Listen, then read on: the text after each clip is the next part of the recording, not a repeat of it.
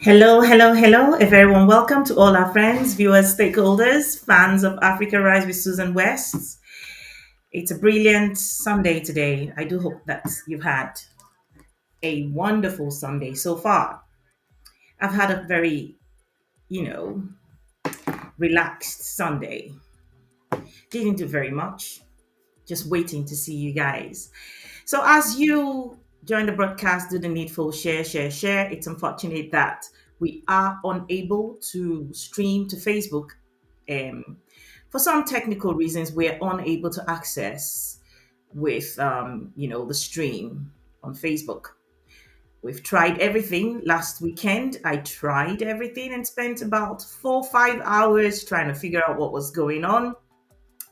And eventually, the evening was fast spent, and so didn't go live. And what we're gonna do this time is go live on YouTube and then upload this broadcast when it's ended to Facebook.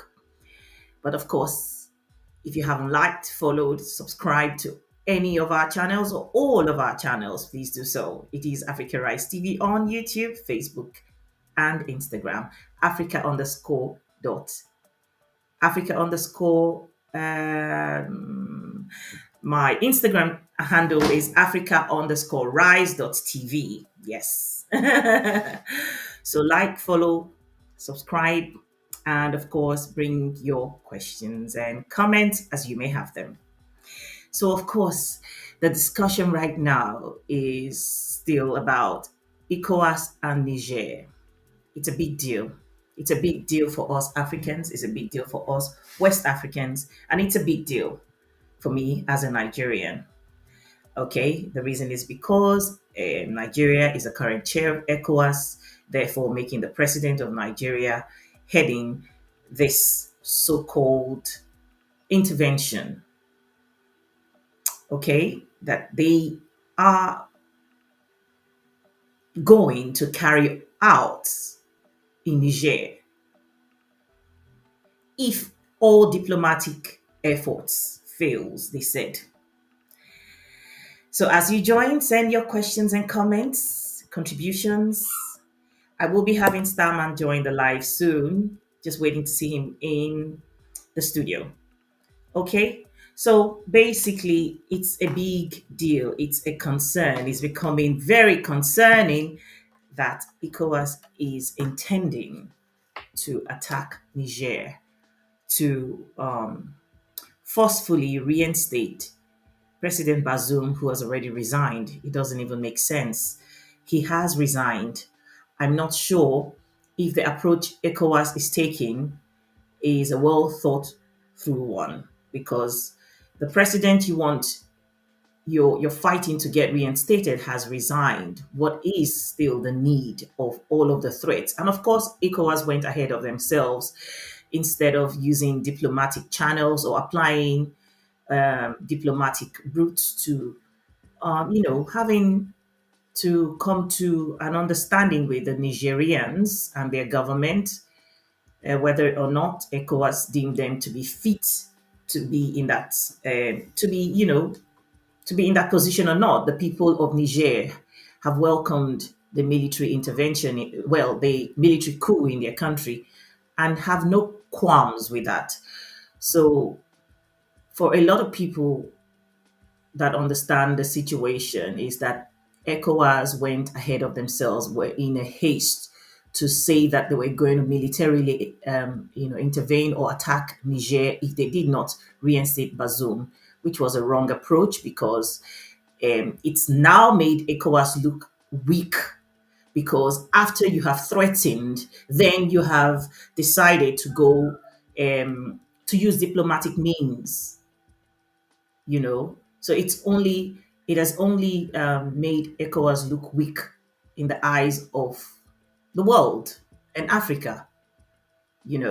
So send in your questions and comments. I'm waiting to see Starman join in as we carry on the conversation. But before Starman comes, there are a few countries we want to talk about. Those countries are countries like that border Niger, and other than Nigeria, you have even the other countries that are not really, sharing borders with Niger, but are francophone countries, countries on the African continent colonized by France, who have also had coup d'etats and have military leadership in those countries like Mali, Burkina Faso, Guinea, and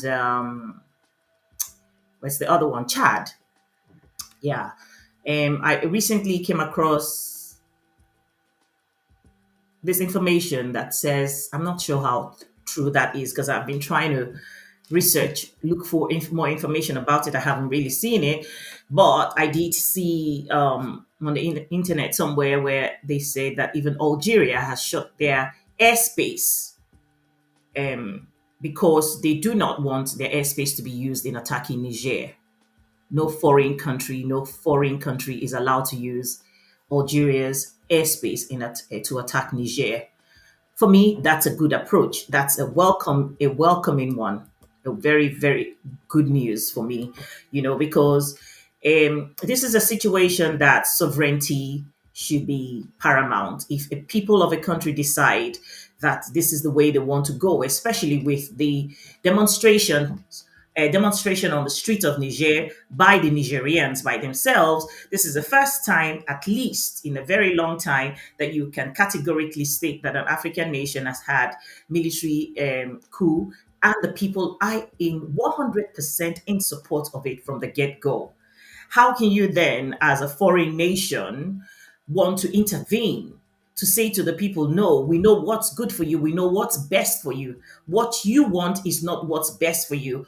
So everybody else seems to know, everybody outside of those countries seem to know what's best for Niger other than the Nigerians, according to the approach ECOWAS is wanting to take. Other than the fact that the other reason why ECOWAS would want to take those measures is because they are scared themselves that Niger has become four or five too many of coup d'etats, which means that it's a wave that is rolling and probably will roll into even Nigeria and other African countries that have been messing about with the people, um, disregarding the will of the people, and doing as they please, stealing the resources of the nation, sharing it with their foreign counterparts, while the citizens are impoverished. Let me see here. Whilst I'm still waiting to see Starman, I'm going to take a few reads to give a little backdrop for some people who might not be aware of what's going on in Africa, in West Africa, and of course in Niger currently. Let me see here. Where is that? So yes, as you join, share, share, share, share, share. Our Facebook friends are not able to watch live, but we will definitely be re-uploading this broadcast soon as we've ended the broadcast, simply because we have struggled and have not been able to, you know, decipher the reason why we're not able to access our Facebook platforms. Yeah, but we will figure it out. We will fix the problem as soon as possible. And let's see here. So as you join, welcome, welcome, welcome. Like we say in Nigeria, the Igbo people will say Indewo, and the Yoruba people will say, how do they say Yoruba? It's just gone off my head. The Yoruba people will say Ekabo, okay? And in Ghana, they will say Akwaba. So welcome. Let me take a bit of a background.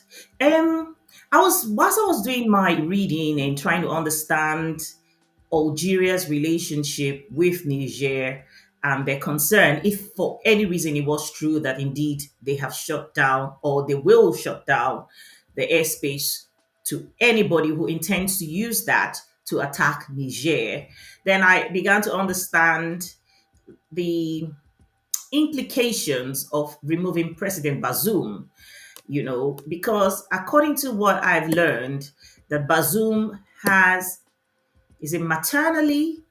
He's from Algeria. Bazoum has a family in Algeria, and so he's partly Nigerian and partly Algerian. So he's Arab and African. Yep, where is, let me see. So I just wanted to understand and put a little bit of, because it's quite unusual to have Arab, well, Arab nations on the African continent want to be involved in situations in the Sahel or sub-Saharan Africa. So it was quite interesting for me when I learned that they will be shutting their airspace to anyone who intends to use it to attack Niger. And that includes ECOWAS. So, and out of the 15 nations that compose ECOWAS, a few nations have obviously have had coup d'etats, therefore are on the side of Niger. Some of them, even though have democratically elected government, have been quite vocal as far as the way they see the coup d'etat in Niger and have warned other African states. And of course, without mentioning Nigeria, we could tell when people like the Liberian president Charles what's his name? It's not Charles. Sorry, Where? What's his first name now? The former footballer. What's wrong with me? I think I've had such a lazy day that my mind is a bit slow. Um, George Where? George Where? Obi man, thank you for joining. Obi man, thank you for joining. Yes, it's time someone served Tinubu the parrot egg. Hmm. I agree. I agree. Whatever that means. I'm thinking that I understand what you mean, Obi man. Yes. So George Weah has talked about institutional coups that so-called democratically elected governments carry out on their citizens on the African continent. And in recent times, of course, Nigeria, because obviously, if the international community and everybody else who is seeking truth and wanting to be honest about the situation, they can see that the person that was declared to be the winner of the presidential election wasn't the person that the populace, the voice of the people, was actually, asking for, that they have voted for. Therefore, he talked about that in the most subtle way, to referring to it as institutional coup, which we agree with him 100% because you cannot have institutional coup take the mandate of the people and use your corrupt allies to suppress the voice of the people, and then you are the same one, you know, um, taking the position as a leader to talk about a government being overthrown by military coups. As far as I'm concerned, the president of Nigeria, President Tinubu, currently doesn't have the moral grounds to stand on to insist or request for the reinstatement of democratic rule in Niger, especially because the people are not crying for help. WSR1 TV, welcome, welcome, welcome. Yeah, he says the Libya war could have ended a couple of years ago, but the destructiveness still escalates and Africans won't tolerate such anymore. Hence, the closure of Algerian airspace. You are absolutely right. Yes, when I did read on the reason why Algeria will close their airspace, it made a lot of sense because they understand the aftermath of the disaster that will take, that will unravel if some kind of intervention or attack is carried out by ECOWAS. First of all, ECOWAS as far as I'm concerned, is not that powerful or strong anymore. Other than the fact that right now they have the support of, the people who are the puppet masters, pushing them behind to say, to do their dirty deeds for them. And how else, who else could those people be that will be the puppets that they can use other than the people that they have, put in positions indirectly, or the people they have turned blind eye towards whilst the elections were stolen, so that these people can do their bidding. I mean, it will interest you to know the amount, the enormous resources the so called poorest, one of the poorest countries on the African continent has. That is Niger. Even using Nigeria as an example, there are so many mineral resources that have not been openly declared as one of the things that Nigeria has in abundance, because there are a few people in positions of authority in politics who have that who have connived with foreigners to steal these resources and take them away. And how else can this continue if finally the people wake up, arise, and say that enough is enough? We want to be in charge, in control of our destiny, especially the the recent happenings in the French speaking country, African countries. And today's broadcast, I wanted to start open with saying a very big thank you and celebrating none other than Dr. Arikana Chayombo Require. Why? Because until Dr. Arikana opened up, spoke up, none of us, not one single person who is not in government, knew what France was doing to Africa or Francophone Africa. Until Dr. Arikana came up and spoke, that brave woman. If anyone should be given the title Mama Africa, it should be Dr. Arikana. Do you know what it means to be an ambassador, an African Union ambassador, posted to the United States of America, that she didn't think of the position she held. She didn't think of the influence she will amass. She didn't think of the kinds of monies that will hit her bank account when she found what she found and decided to spill the beans. Until Dr. Arikana came up and started making, talking about these in public spaces boldly, none of us knew in the public space, ordinary citizens, none of us knew. We knew that there was a little bit of a strange relationship that the Francophone countries had with their colonial masters, so to speak. However, we didn't know the intricacies or whatever, you know, it entailed until Dr. Arikana spoke. If she wasn't put in that position, she would not have been privy to the information of what was going on in African French colonized Africa. So today's broadcast, I thought, I said, when I was going to open it, it almost skipped my mind. We must thank and celebrate Dr. Arikana for what she's done. It takes a woman, it takes a mother to be able to have that audacity and not fear of the repercussions or the consequences of her speaking up. That's what a mother does. And so, if anyone will be given the title of Mama Africa right now, it is Dr. Arikana Chayombo Require. Because all of what is happening right now in Francophone Africa is as a result of the knowledge of what has been going on for centuries.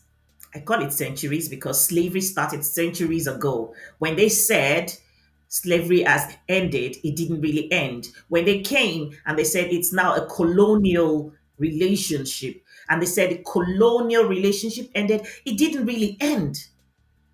Not for any African nations, but the one with with France was peculiar. because France's relationship with Africa, Francophone Africa, was just pure daylight robbery, rape, scam.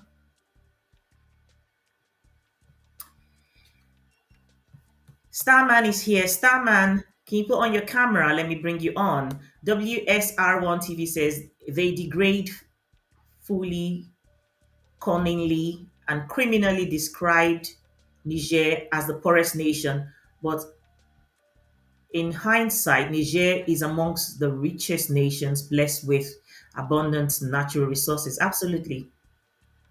They lied to us.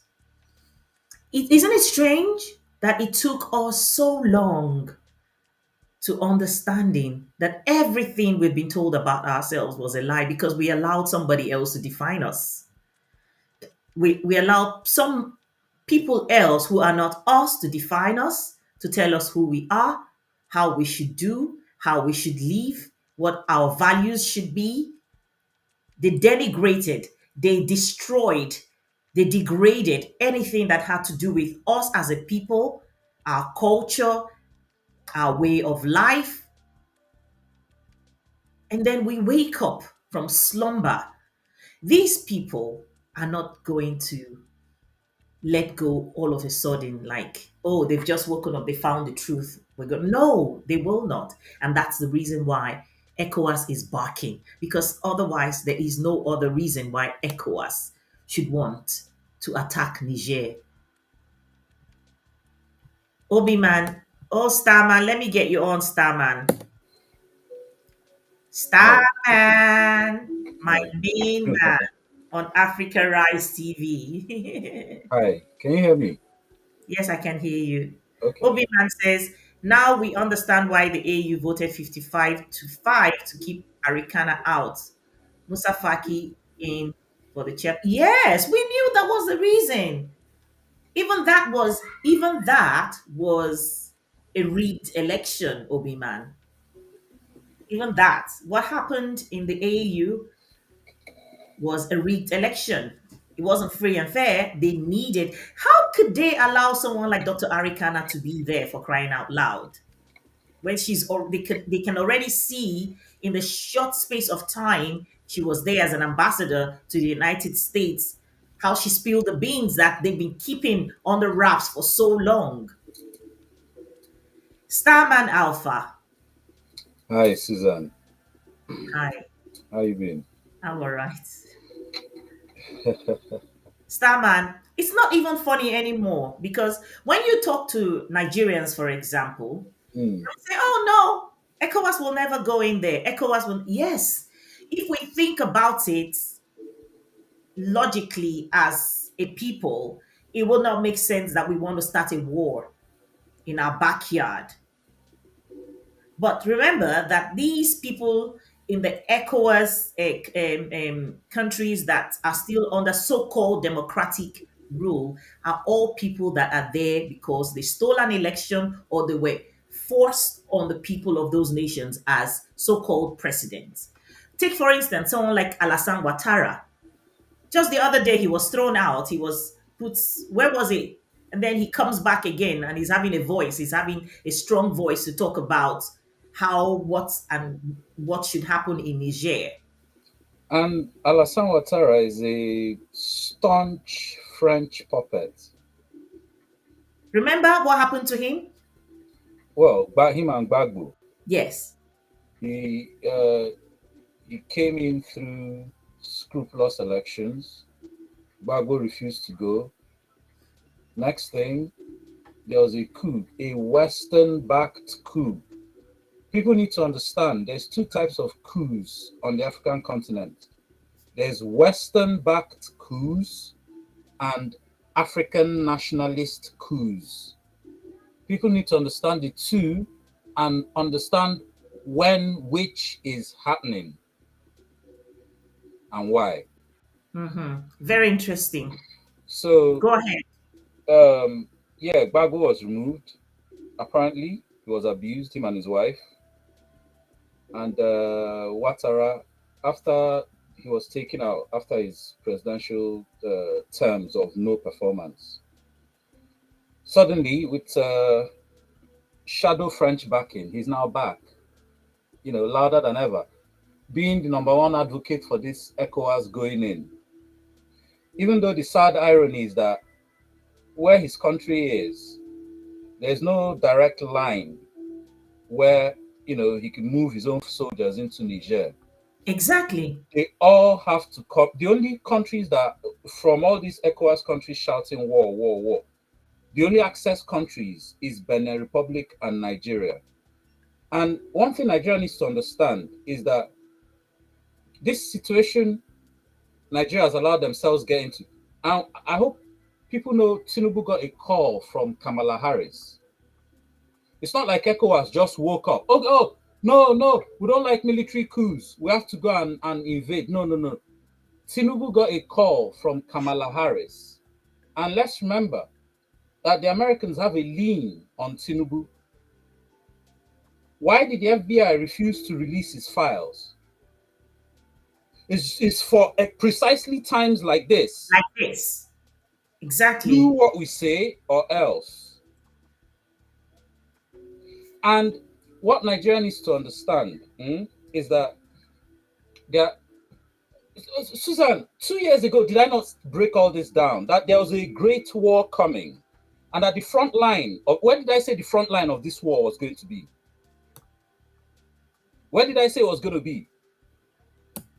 I said it was going to be on Africa. the African continent, didn't I? Yeah. That they will use Africans to fight, to dig resources for this war, and also to defend those resources. They will also use Africans to fight each other for their interests. When did we have our first broadcast? Was this not what I was saying? That's right. It's all being set up now. It's all being played out now. This setup Nigeria is about to go into is almost a carbon copy of Ukraine and Russia. Almost a cap. So if you look at Ukraine and Russia, you have the Americans from the back pulling all the strings. In pulling all the strings, they are fronting the Germans and the Poles. And all these other European nations who are struggling with economic worries, who don't even, the war, please, the war is far away. They're all being coerced. Oh, you're part of the EU. Oh, and German, because Germany is the orbit of, well, is central to the orbit of the EU. Everybody's being sucked in. And to show you that,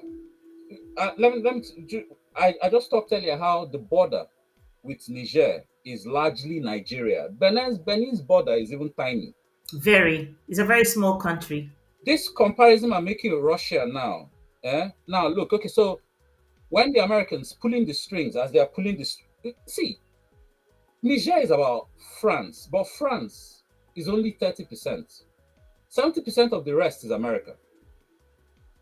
Or this whole Niger nonsense that's going on. Yeah, because they have America. their Africa whatever posts where they have their drone. Right. Okay. So America is behind the scenes or in the background, pulling the strings of Germany, sucking all the other European members in. Just like they're behind the scenes, pulling the strings of Nigeria via ECOWAS, sucking everybody else in. Mm-hmm.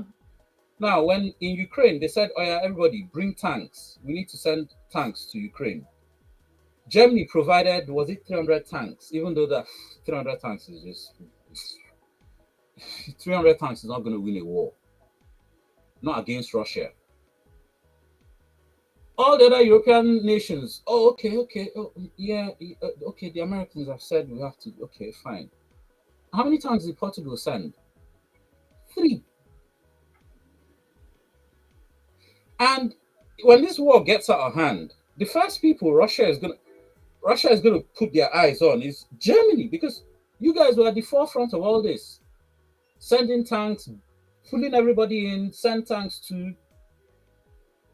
Same thing with Nigeria. When this thing backfires, it will backfire spectacularly. I don't know what Tinubu was thinking. He's And not thinking. He's being told what to do. yes, he's been told what to do. But even those telling him what to do, they must be really desperate because they themselves must know that this thing at some stage will backfire. And like I said, this is a mirror of Ukraine and Russia. Who is fighting between who in Russia and Ukraine? Slavs, Ukrainian Slavs versus Russian Slavs. Who are they about to set up in Africa now?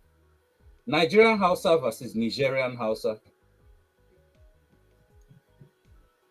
This was I don't know if the West they even calculate or if they have a bigger. In fact, maybe they do. Maybe there's some people they want to reward. Get the Hausas to kill off themselves, and then some of their agents on ground will just inherit what's left.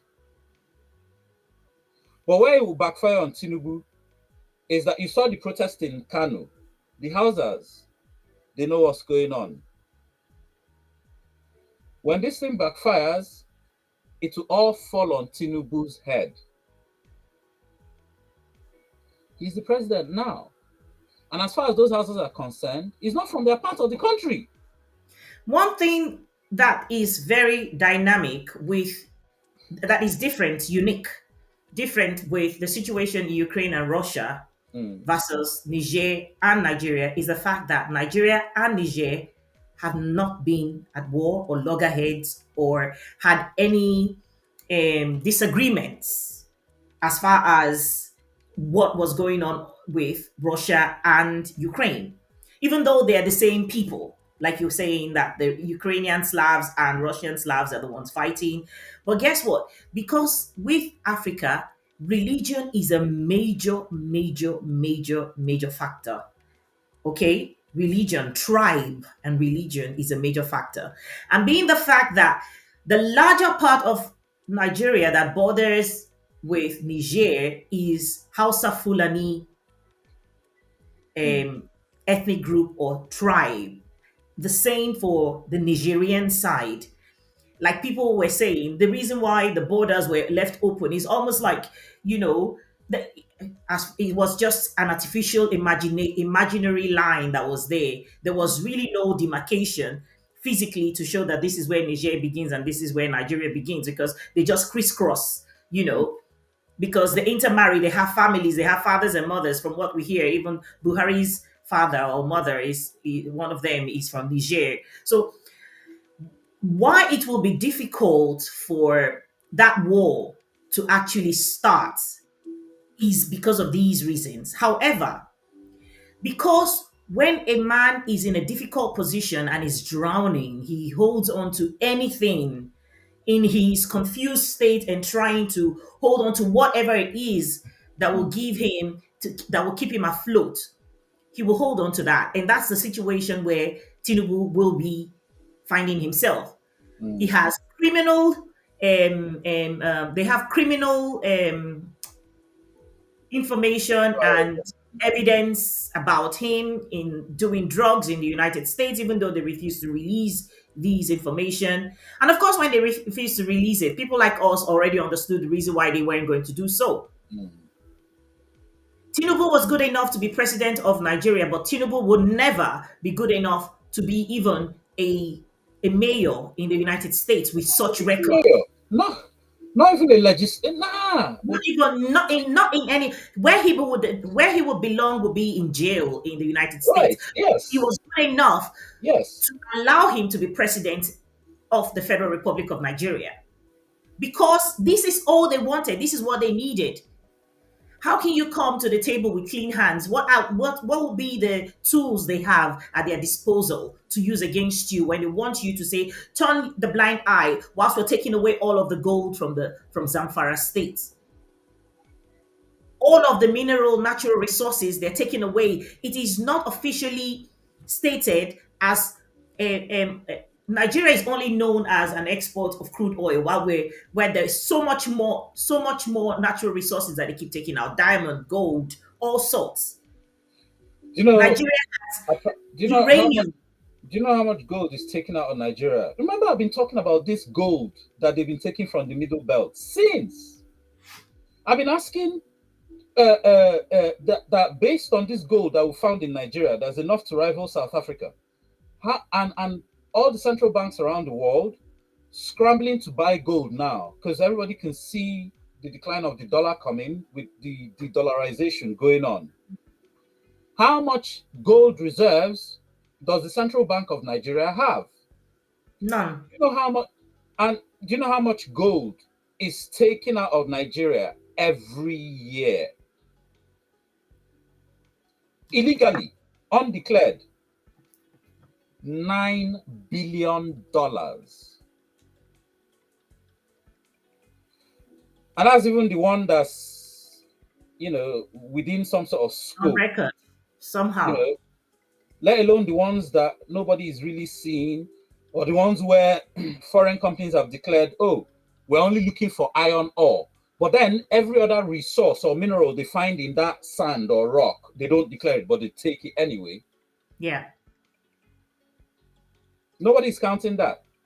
And I keep telling Africans, because this is not only a Nigerian problem, natural resources run out. One day, you will all wake up and this, Africa is rich with natural resources. It will be over. There will be no more resources because everything has been stolen.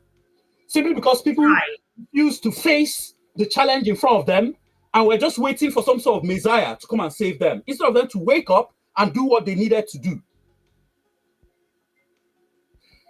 I've spoken about this chart going on online, going around online, listing the world's most strategic resources and when they'll start running out. That gold from 2035 will start running out. Silver, petroleum, 2050, they'll all start running out.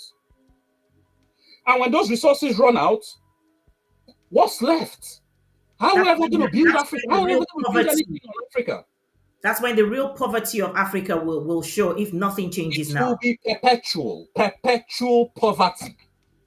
Unending, generation after generation after. In fact, it will lead to our extinction.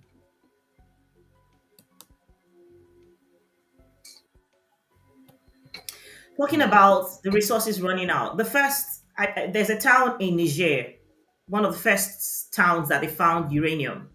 They abandoned it because it's dried out, and then they moved to a different area, leaving piles, mountains of dust of that they dug up that is radioactive, literally. And the illiterate people in those villages that have gone and picked up, the companies have left metals that they use in whatever when they were mining.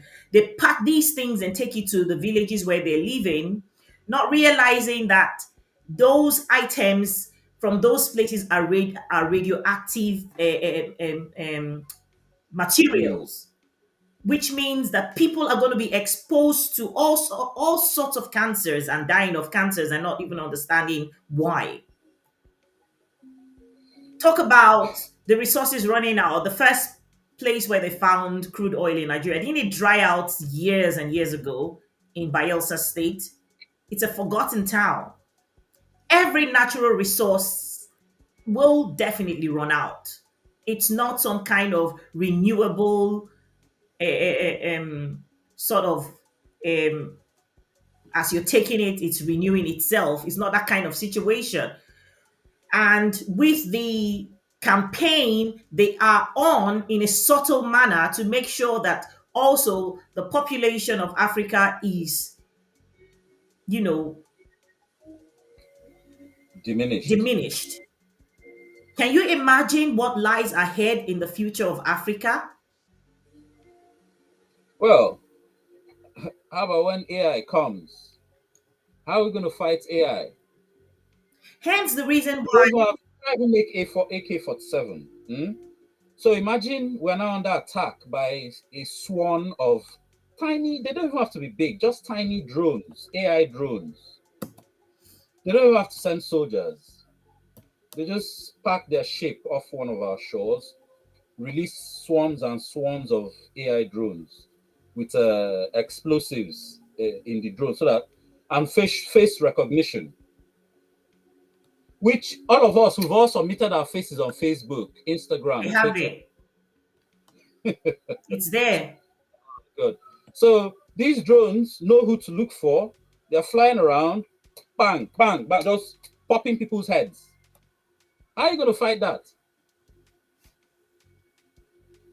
Plus, they are genetically modified mosquitoes, thanks to Bill Gates. the number one bad guy on the planet now, Billy Gates.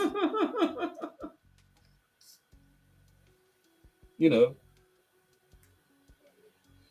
and see, people need to understand. Okay, so I said earlier, Niger was 30% France. Yes, France, unlike most other European countries whose economies are built on oil, France, the economy is largely built on nuclear power. Yeah, we all know this. Now, France doesn't get most of her uranium from Niger, but she gets a significant amount of it for For cheap, nothing. next to nothing on the dollar, Nothing. They don't next pay to anything. They take it out for free. and a lot of it is undeclared. Yeah. Yeah, and uh, Nigerian uranium is also one of the best blends on the planet. Yeah, so with all the current geopolitical shenanigans going on, huge parts of the planet where they used to get uranium from are now being cut off from their sanctions. Russia being number one. A lot of those Central Asia states, Kazakhstan, can't remember all their names, but a lot of those countries have uranium. And those countries are in Russia's orbit. Many of them are in Russia's, and many of them, they are even, trying to position themselves to exploit the trade between China and Russia. So they're not all trying to be, oh, West, America, Hmm. anytime soon or tomorrow. So Canada has uranium, but it's also a good grade. But um, apparently Australia has, but they've not done a lot of exploiting of that region. Um, but yeah, so Niger. Now, so this whole thing is about three strategic resources. Number one, uranium to keep France's economy going and for America to be able to revamp her uh, nuclear weapons, whatever systems and platforms and posture. Because I don't know if you saw one of their reports the other day. They were talking about how a lot of their nuclear missile and whatever facilities and infrastructure were actually run down. Even though it's the same Americans that will keep saying, I've heard American propaganda saying, oh, they're not scared of Russia in a nuclear war. Uh, they don't even think more than half of Russia's nukes will work. Will work. Meanwhile, they're breaking down as well. You know, so they need this uranium to bring, especially as it looks like another global war is brewing. You know, so that's one. Two, for the other parts of Europe, that their economies are largely built on gas. They've gone to go and shoot themselves in the foot, cutting off the Nord Stream pipeline that supplied all Germany, all those most of those Hmm. European economies, the gas that their Yeah. economies run on. Now, the only other option was liquefied natural gas, which is far more expensive than the piped one. Their plan to replace Russian gas was gas from Igbo land Igbo land in Biafra, not because all this Nigeria. The other day I was seeing Nigeria saying it's Nigerian gas, as if Yeah. there's Let's no just. self-determination movements going on where the gas is coming from.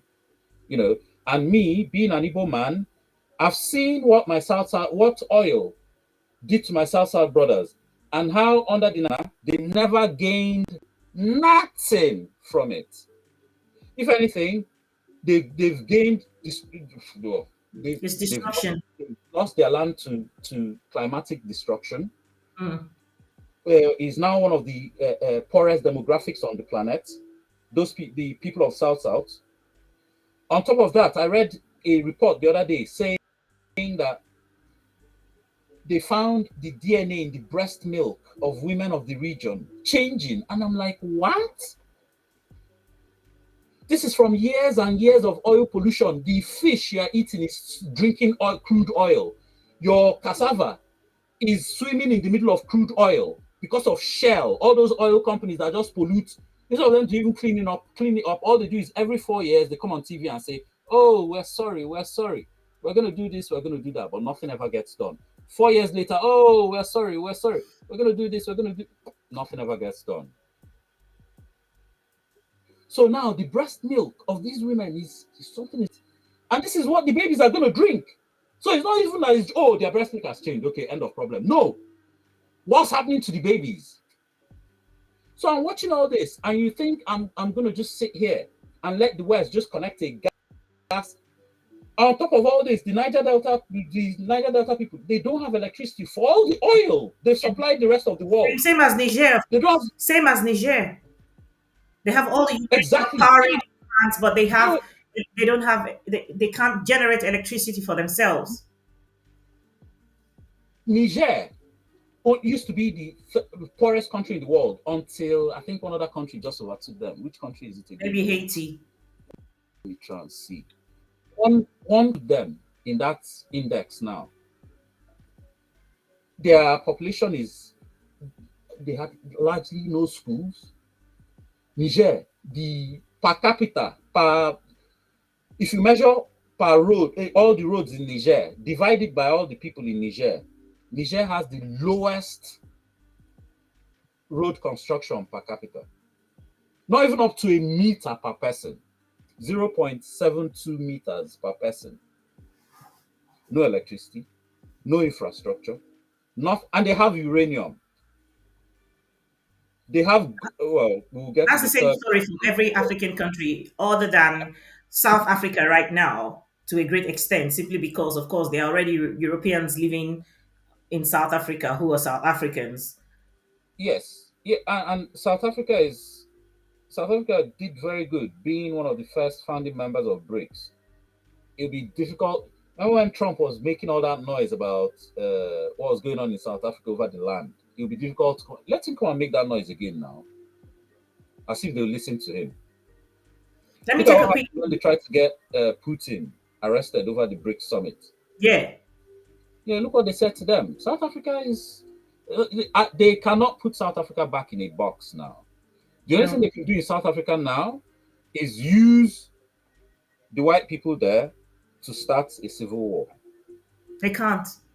That will not work. Yeah, well, the white people there, out of their own paranoia, when they handed over political power to the black people, if nobody noticed this, well, I'm sure people did, but the white people made sure they held a huge part of the economic power, which is all the land, the productive Yeah. land, that's one, and military power. Mm. So let's not rule it out yet. Strategic. That's strategic. You Yes, know. let's Let not me rule it out yet that they can use. Synovia Indigo now. Peace and love to you too, sis. And WSR1 TV said, actually, Nigeria is the target. All the Western military bases are all terrorist breeding ground. Yes. Whom had been inflicting pains upon Nigerians while stealing resources from uranium of the soil. Basically, you know, remember in 2015 when America suddenly became prophets of seeing what was going to happen in Nigeria when they made that, I call it prophecy, because you can't tell me intelligence is. Mm, Intelligence helps you to get information so that you can forestall, so that mm, you can forestall an eventuality, especially like terrorism. yeah. But when you see this sort of, you have access to this sort of information, and all you do is prophesy, and you refuse to give backing or support as far as providing weapons to the government of the day at the time to fight these people. Okay. Do you know what? Before I even get to the American prophecies, let me even finish what I was saying about the three strategic resources that all this is about. And that it's not even France primarily, it's largely the Americans. Now, and it's not only France, all the Europeans are involved in this. MI6 has a big hand in everything going on with this. MI6 has a big hand in hoovering up information all over Africa. They are the MI6 cannot, not saying that French Secret Service, I can't remember what they're called, doesn't have their own hand to play, but MI6 and CIA, two of them. Okay. So uh sorry. So this gas, where it concerns Niger, is that the plan is pipe the gas all the way from Igbo land via Niger, via Algeria To to Europe. Europe. Remember during Buhari's time, that's one of the projects. Yes, yes. Now, a lot of people will tell you, oh, yeah, the project will never work because of all the insurgency. But yeah, that pipeline across the Sahara, that's even the one they are building. They are like seriously building it as quickly as possible, because that one is more economical than anything they're going to plan. Because there were two planned routes, one across Sahara, one round the back, in the ocean front, the Atlantic Ocean front. Anything underwater is far more expensive, more difficult to maintain than anything on land. So that's when Niger came in. The fact that the viable route for that pipeline to pass was land, and shortest route as well, Niger. Now, with this junta, now even the other time they said stop all construction. That's for the West. Ming, ming, ming, alarm bells. That's not Yeah, what the West wants to hear. yeah. So, the third strategic resource is the gold. Like I've said many times, all these, the fiat currencies, they are all collapsing. And in our last program, we talked about BRICS, and we're talking about the kind of currency BRICS was going to come up with. Now, in the last program, I said it was going to be a commodities-backed currency, which is what they've been saying.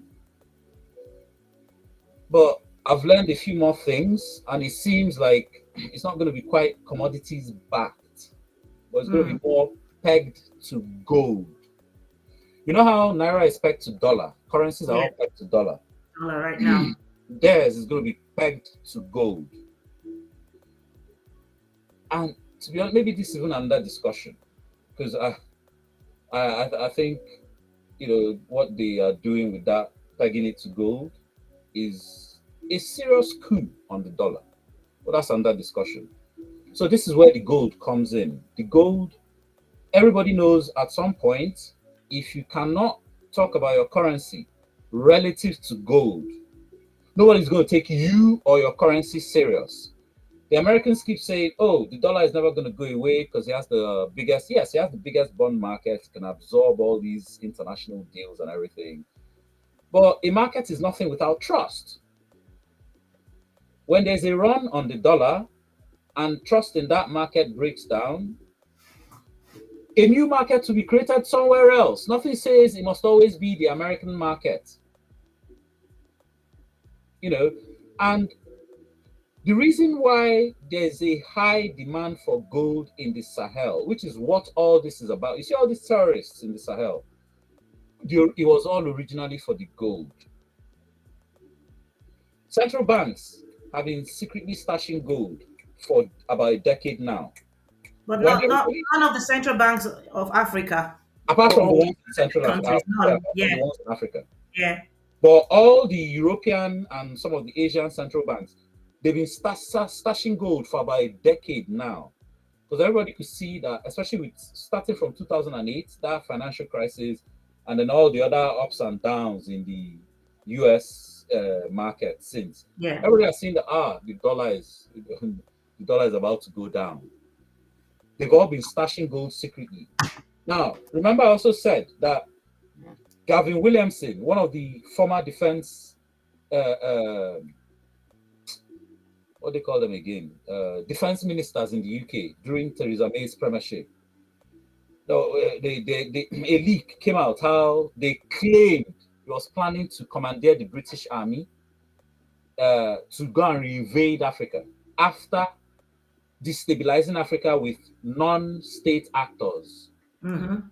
Look at what's going on now. Non-state actors everywhere, destabilizing the whole place. You know, this was a British plan. It wasn't Gavin Williamson.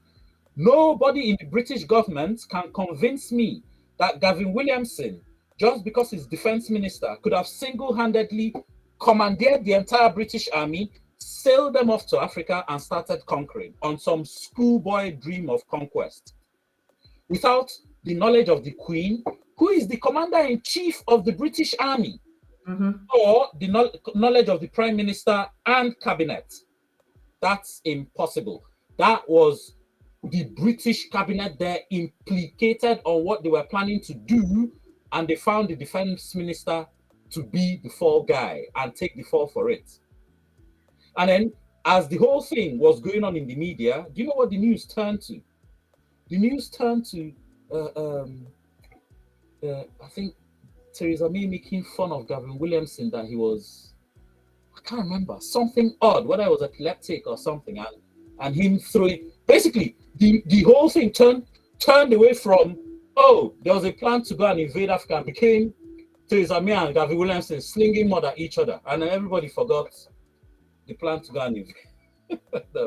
Talk about when your enemies are planning against you and they turn on each other. Sorry, say that again. I said, talk about your enemies planning against you and then suddenly turning on each other. But the turning on each other was staged. It was staged to distract. So the main topic, everybody was, oh, what? Plan to invade Africa? Oh, what? Gavin Williamson. And then, you know, it now became a fight in the press. Not in the press, so between him and the Prime Minister. And at some stage, they start abusing each other. And then everything that was in the press was, oh, Gavin Williamson says this about Prime Minister. Prime Minister rebuttal saying this. And nobody was talking about the plan to invade Africa again. That's how they secretly got everybody to talk about that whole thing. Turn down the volume. Yeah, thank you. Secretly just turned down the volume on that and turned it into a ridicule. It's like what Boris Johnson did with the red buses. I don't know if you remember. The whole NHS thing that failed, Yeah. and people were blaming him for it. Then he did this comical interview talking about buses. And suddenly, before he did the interview, if you went to YouTube and you typed in Boris and buses, you see all sorts of news reports about, you know, the policy that failed. I can't remember, something to do with NHS. And he advertised it on London buses, and, you know, and the whole thing was a disaster. But after the interview, when you typed in Boris and Boss, you see the first thing that'll come up on YouTube will be the comical interview he did. And people gradually forgot about the real issue. And Because we're all laughing. They have perfected the manipulation and control of the minds of people. They know. Yes. Then there was a question you asked me, but I said I was going to talk about it when I finished talking about the strategic resources. There was a question you asked me. What was it? I can't remember now. Sorry. We'll carry on. It will come back. Right. Okay. Sorry about that.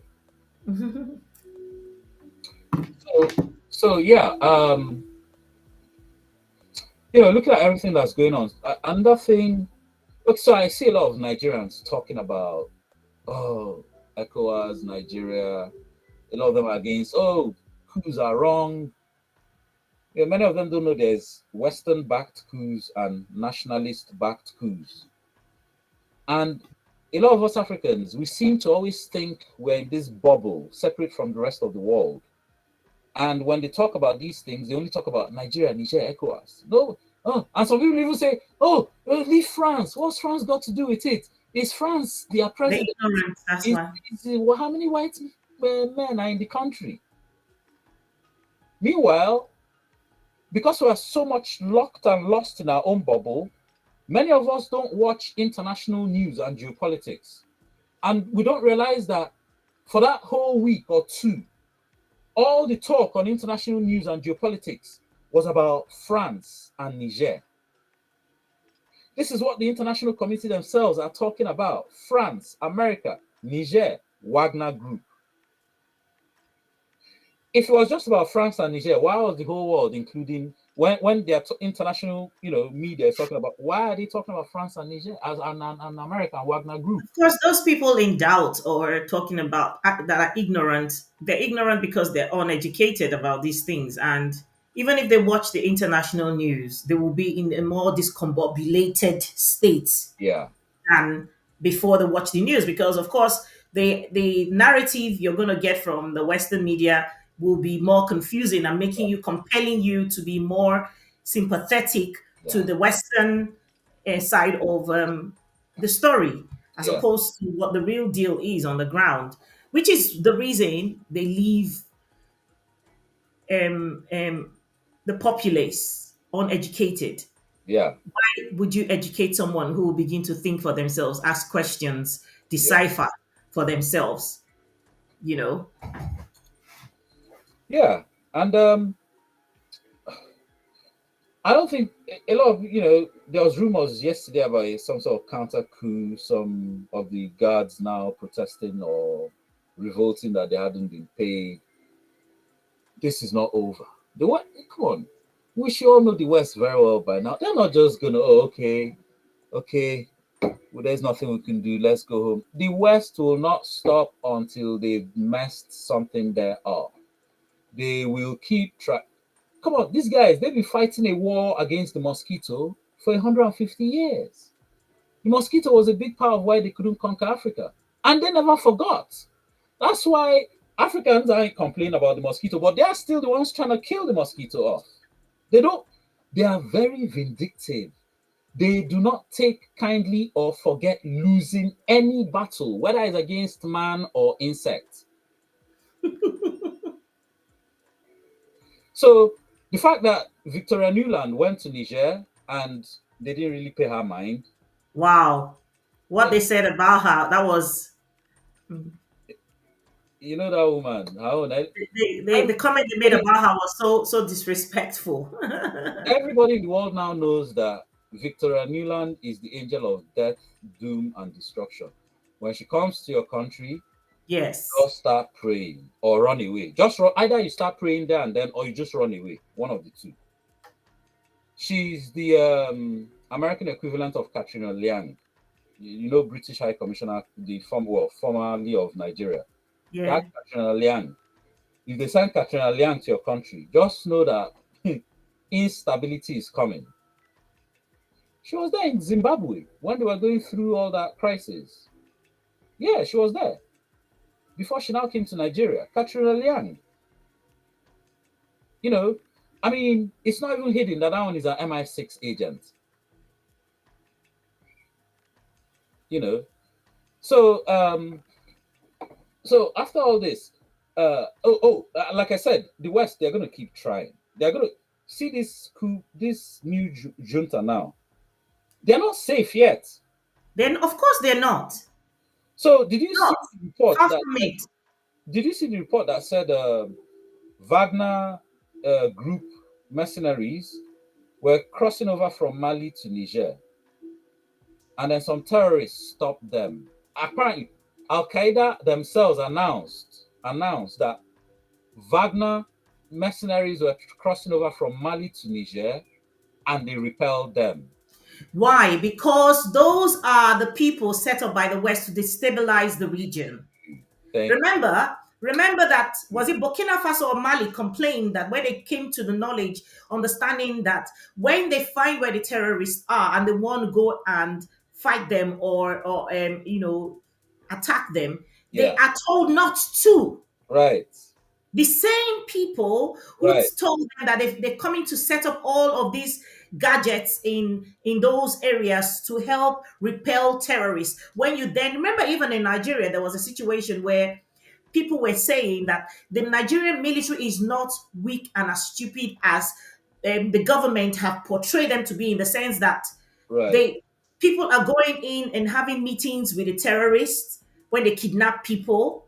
Yet the Nigerian military can't seem to know where these people are to go and do right, take them out. So these were the things, these were the agitations that people in the military began to say that this one and one is not adding up to two. Right. Why are we not allowed to take these people out?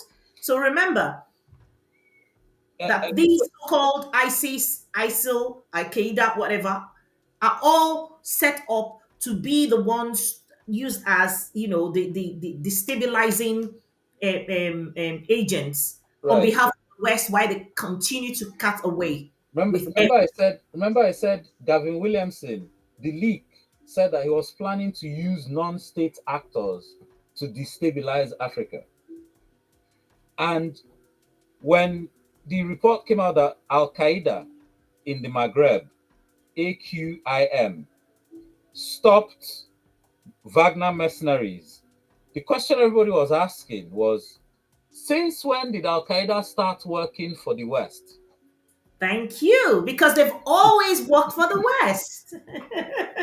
That's when a lot of people start Shall I waking up. remind you You should have something? seen Twitter that Shall I day. remind you something? Uh-huh. The 4 years, is it 4 or 5 years that Mm, Donald Trump was president of mm, America? Did you not hear the quiet, the loud silence of the so-called ISIS, ISIS, ISIS in Syria and everywhere right, else? right, Remember that right, Donald Trump was a president that did not come through the establishment. right. Yes, He yes, wasn't in their in the know, or he wasn't for those games they play, the war games they play, to make right, sure that there is no peace that is continuing anywhere else. Because how else are they going to be selling all those weapons they make? right, All those war planes and guns and bombs. Who's going to buy them when the world is at peace? right. I Did mean, you not? Did you not remember that the moment President Biden took over, all of the wars and all of the agitations and all of everything. just Yes, started again? yes. And Exactly. see, before uh, France moved soldiers into that region, that they were coming to come and keep peace and fight the terrorists. Oh, man, this is a classic case of uh, problem, reaction, solution. So you create the problem, you wait for everybody to react, then you turn up offering a solution. Hmm. So before France sent soldiers into the Sahel, that Sahel region of Africa, there were only a handful of terrorist incidents. A handful. As apparently, from what I even read, there had only been something like 20 incidents from about 2001 or something like that to Hmm. 2002. Yeah, just 20. And this was after they destroyed Libya. Sorry, I think 2000, sorry, 2010 to 2011. And then all this was after they destroyed Libya. And then France turns up. Um, we're coming to help you fight insurgency and blah, blah, blah. From France deploying soldiers there, do you know how much terrorism has increased since 2011? 30,000%. Three plus four zeros behind it. Three, 30,000%. Not 30%, not 300%, not 3,000%.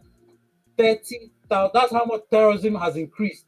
So I'm reading this report now, wondering, wait, hold on. But France said they were sending soldiers to deal with the terrorism. How come it's increased out of proportion? What were the soldiers doing? Can you And and, imagine? and hold on, this is all in the middle of the Sahel, with the biggest drone base in the world, the Americans. In the middle of all that, are Can they saying you what's imagine? Can going you on? imagine when the doctor is around, the patients become even sicker and sicker and sicker? Yeah, exactly. Yes, exactly. A case of the doctor turns up and everybody becomes ill and Yeah. even sicker. It doesn't make sense. Which is so glaring, and they know that we know. They know Yes, that we know. yes, but they think we are stupid. They They think know they're we're not stupid and stupid. They powerless. know, but they know we're not stupid, and that's the reason why, if they thought we were stupid, they will not want a Tinubu there because they will have other ways. They know they just know that it's coercion. They know that it's going to be by force, it's by the guns. They Well, know that. yes, And I we're mean, getting to that point. It's getting to that point where they become desperate to have control of the situation. yes, yes. It's getting. And they would have had no problems controlling Africa because Africa is effectively a prisoner of war. I've been saying this thing. The day Africans realized that that war that was declared by Pope Nicholas in 1492, that papal bull, that they should go conquer the pagans, enslave them, take their property.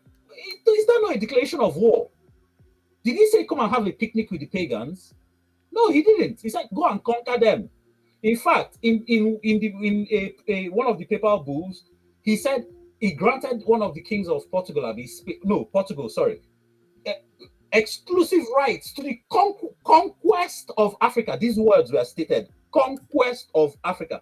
When I keep telling Black people and Africans, especially, that you guys, you need to realize that you you are the victims of the greatest war in human history, and that war is not over, except that the in your face bloody killing, that part is over. The part we're now going through is after the killing, the survivors have now been rounded up as prisoners of war. That's the phase we're now going through. We're effectively prisoners of war. And anybody you think is your president, why did they go through so much trouble and planning to make sure they select people like Tinubu for us? Tinubu, this is why when I see Africans saying, oh, our leader, that this anybody, when I hear anybody saying this, I just look at them and I know they don't understand the situation they are in. If you understand the situation you are in, no Africans will call their leaders leaders.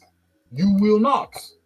Because if you're a prisoner of war, and remember, they create these same Europeans that brought the war on you, created your countries.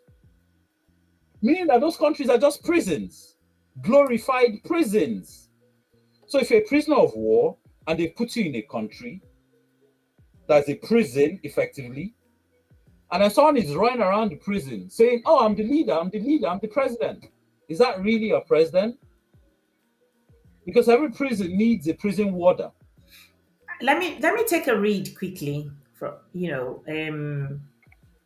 there's something WSR1 wrote, and Synovia Readley. I want to read, and it says, "Where's that?" It says actually Nigeria. Okay, I read this. It says at the time puppet like Tinubu is president, it's best time to attack and destabilize Nigeria as ECOWAS head. Yeah. Tinubu absolutely can't have a job of any kind outside prison in the West. Of course, Nigeria, this is still WSR1 TV, says Nigeria's natural gas that trespassed Niger en route to Europe is the problem and not necessarily the coup. Do you know what he means by that? Because the natural gas hasn't really started, isn't it? They haven't really started. Um, um, Yeah, they haven't even built. remember, I mentioned the natural gas as one of the strategic resources. All this is over. So there's uranium, there's natural gas, and then there's the gold. No, he's saying that Nigeria's natural gas that trespassed Niger en route to Europe is the problem and not necessarily the coup. I'm trying to understand what he means by that. Yeah, yeah, yeah. He's trying to say, well, okay, not necessarily the coup. Well, the coup is kind of central to it because the coup just, makes all those deals and agreements for natural gas to pipeline to pass through Niger, access to the uranium. It makes it all suddenly up in the air, looking untenable from even some of the things the junta have been saying. The junta was saying, Obi-Man, I heard the junta stopped construction. They said construction of the pipeline should stop. absolutely, which is great news. Obi-Man says, "Oh, if Africa could lock off this uranium, the world would be relatively safer." And then there's this interesting part. thing WSR1 TV said. He said all the Europeans are involved. Okay, not this one, but let me read it. All Europeans are involved, and I agree with Starman. A Swiss, yeah, this is it. He said a Swiss I met while covering for Times magazine in Sudan 2003 told me that she is based in Niger with Red Cross as decoy. You see the reason why people have gotten to that point of understanding these so-called humanitarian NGOs are spies. Of course, all of They are them. not there. Yes. Of And course. I mean, Sinovia Indigo says the black Democrats here in America are bamboozled by religion and politics. True. Yeah, those NGOs, they embed spies within them. And not just the NGOs, even the companies as well. The companies, they embed, and those companies, they don't just send them, they don't just wake up, we're going to do business in Africa. They have government backing, of their course. own government to, before those companies even come in, their government has spoken to the Nigerian government to open the ground, smooth ground.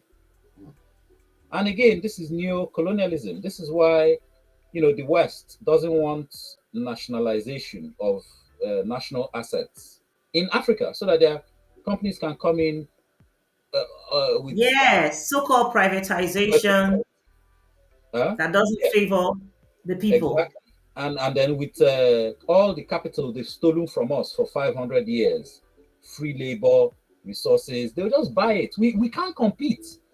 See, Hmm. Africans, another thing that pisses me off when I hear Africans talking about using capitalism to save Africa. Is it not look at is the capitalism that has already happened in Africa, has it not done enough damage? Is it not capitalism that's causing 7-year-olds to dig up coltan for us to have stupid mobile phones?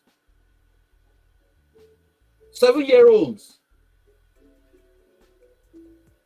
That's the thing. The capitalist ideology actually has a propaganda machine. And that propaganda machine is almost as powerful. In fact, is a very powerful propaganda. In fact, it's so powerful, yeah, that it's easier for most people to see the end of the world than for them to see the end of capitalism. Hmm. Think about that. Just think about that. It's easier for most people to see, it's a virus. Oh, it's going, everybody's dying. Virus. Oh, asteroid. Asteroid is going to destroy everything, just like dinosaurs. AI is going to kill all of us. But when you tell people, so how about the end of capitalism? Oh, what's going to replace it? Look at what communism did in Russia. Yeah. Look at what communism did here. Yeah, capitalism is not the best, but it's the best of all the worst. Mhm. They can't see the end of it. More like they can't even imagine an alternative. Exactly. That's why they can't see the end of it. And look at what it's done to Africa. And yet you see Africans espousing, foreign direct investment. We need. The other day, I was hearing some Africans talking about, that all this stuff going on in Niger, that they don't know why there's so much pushback and hatred against the French, that we still need the West. Hmm. I was like, huh? This is what Stockholm syndrome sounds like. And I asked them, need the West for what? All one of them could come up with. And this guy is supposed to have a PhD from Cambridge And or one of those. he's Yes. sounding like that. Do you know what this guy said? That we need the West for technology. I was like, what? Technology. Let me Technology. quickly read WSR1 TV. He says he tries to explain what he meant when what we couldn't understand. He says what I meant was there had been coups in Mali and Mhm. there wasn't such uproar by the West. But now that's but now why Niger coup raising dust? Why Niger's coup is raising dust across Nigeria? Gas is the hope to counter Putin, he said. Hmm. There's a Points there, very valid one. Yeah. Well, remember I said earlier that there's two types of coups in Africa. There's Western-backed coups and there's nationally African nationalist coups.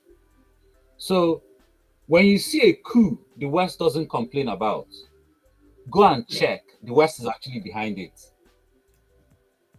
When you see a coup, the West is, oh, no, no, no, revert back to, then that's a nationalist coup.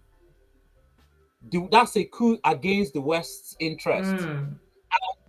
That's when you now, the more you dig a bit deeper, then you now see what their real interest is, whether it's uranium, whether it's gas, or whatever. But yeah, and a lot of Africans are, oh, coup is not right. You only give them military leadership. And we all know how military leadership in Africa is.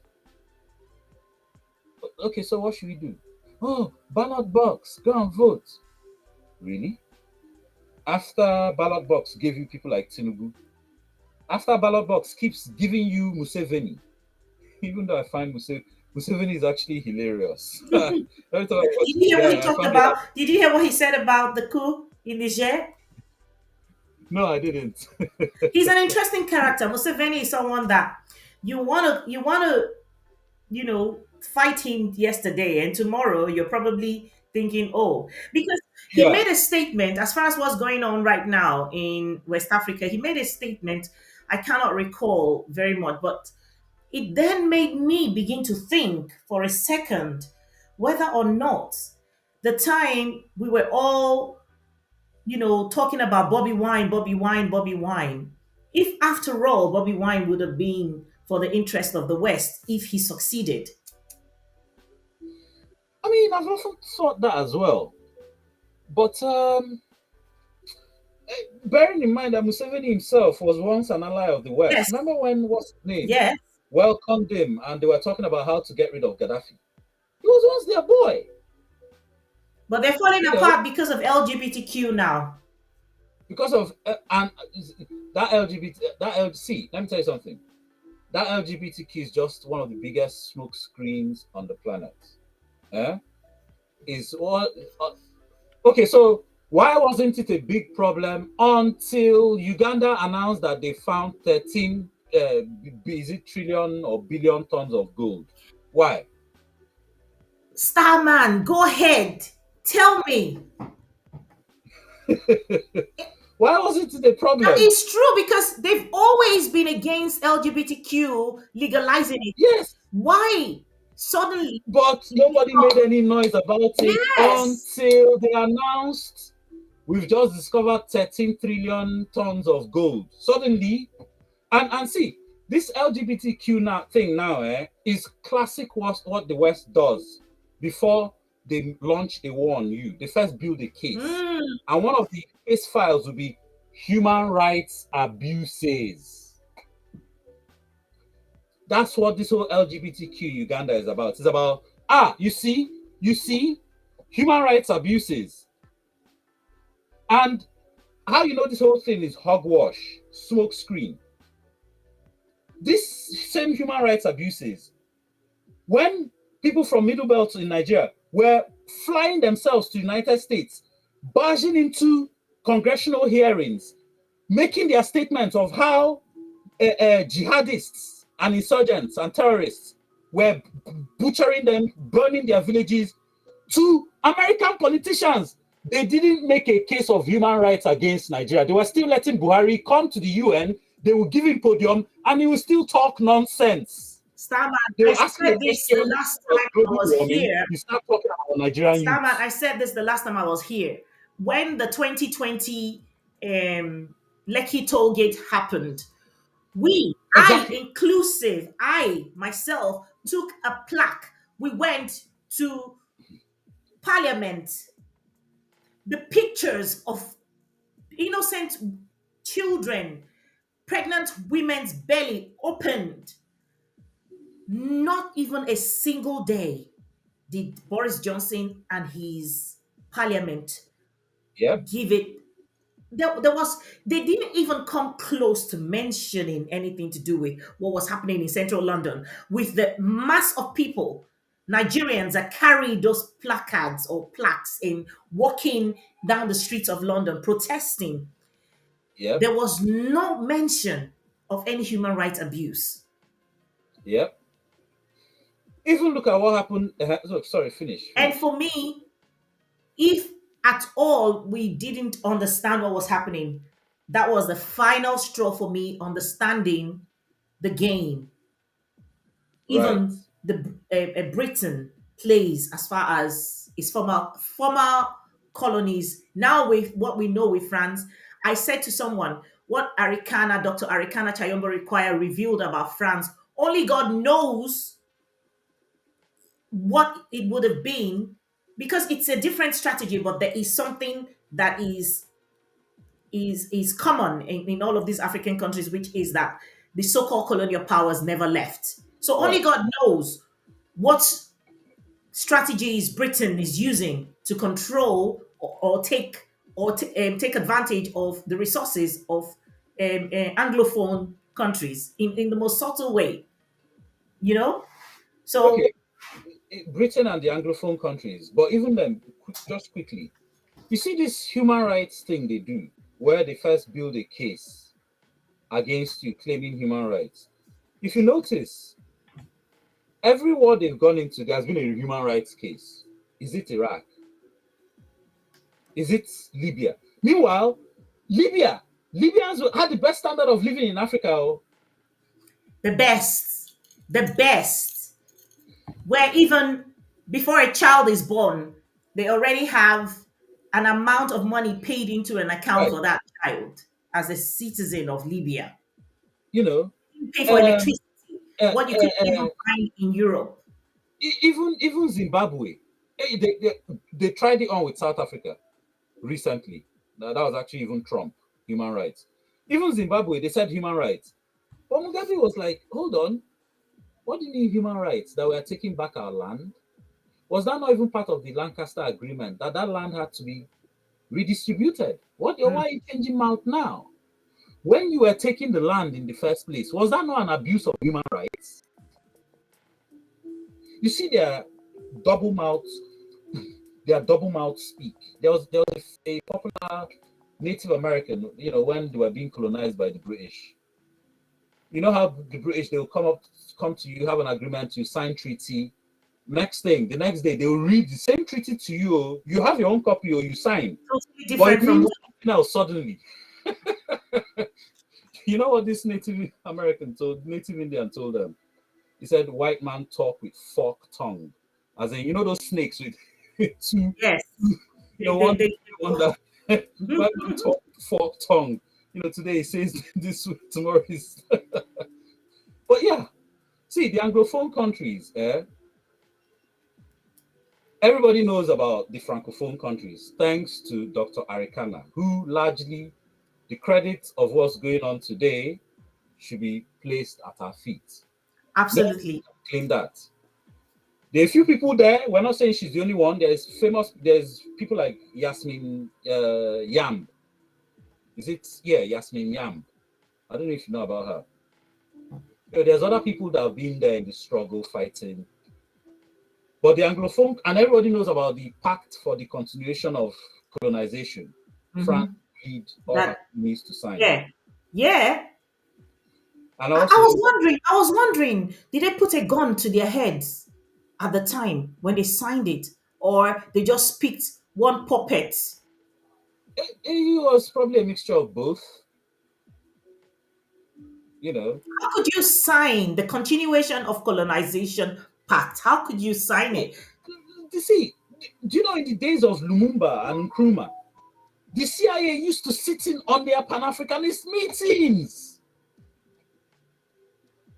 So, and see, okay, okay. In fact, yeah, there's someone I want to That's talk right, about. because I also read when they were trying to analyze how the things that precipitated to this point of Niger happening, Mm, how America didn't have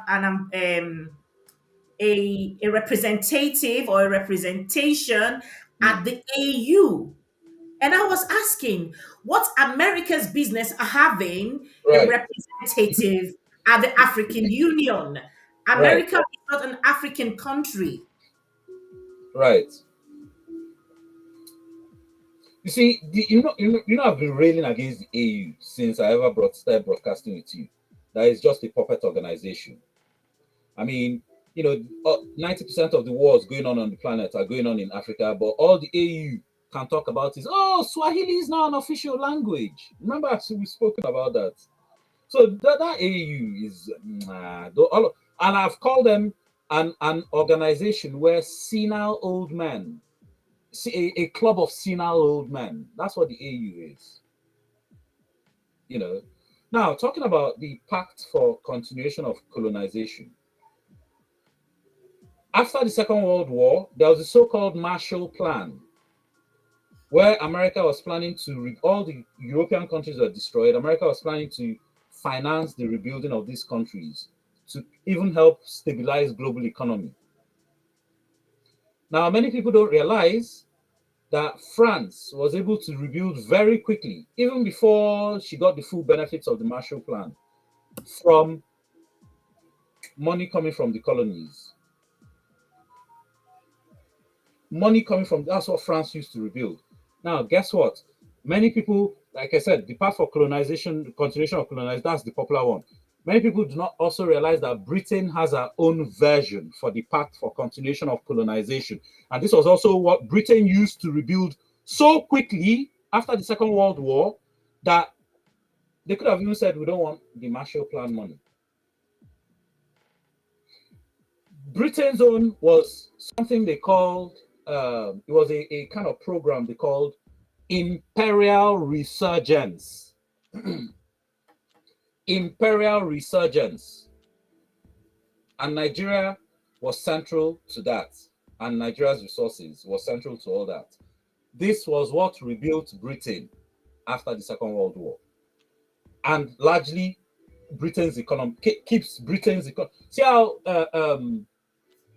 the France's former colonies keeps France's economy afloat? Britain's oil licenses, exclusive rights and licenses. There you go.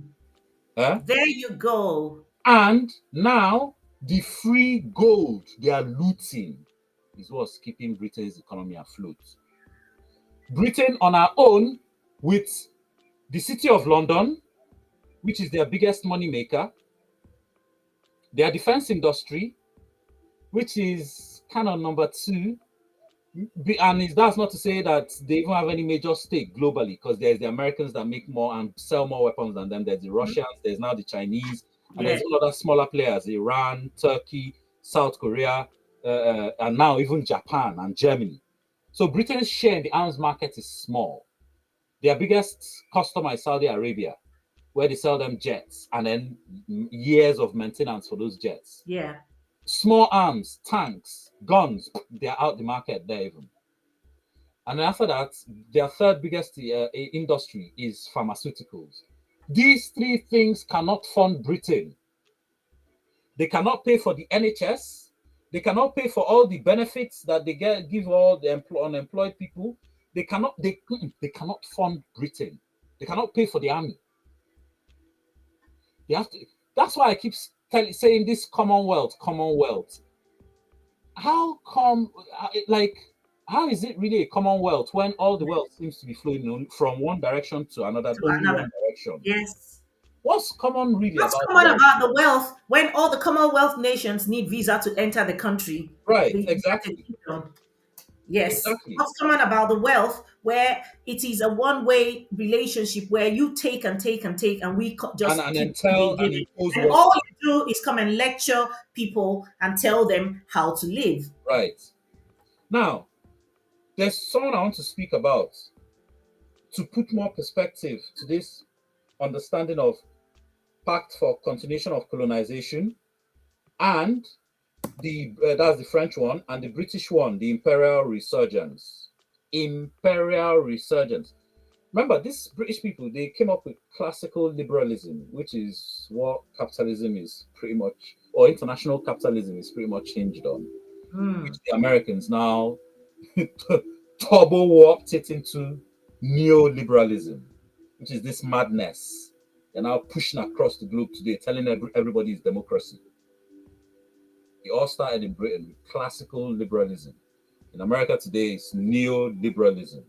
Mm-hmm. Okay, so after the Second World War, there was a series of events that happened that made, at this stage, you now start having the first true globalists, global capitalists.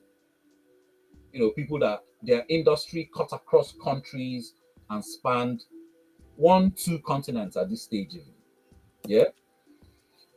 And a series of incidents happened that made them, uh, well, made them basically,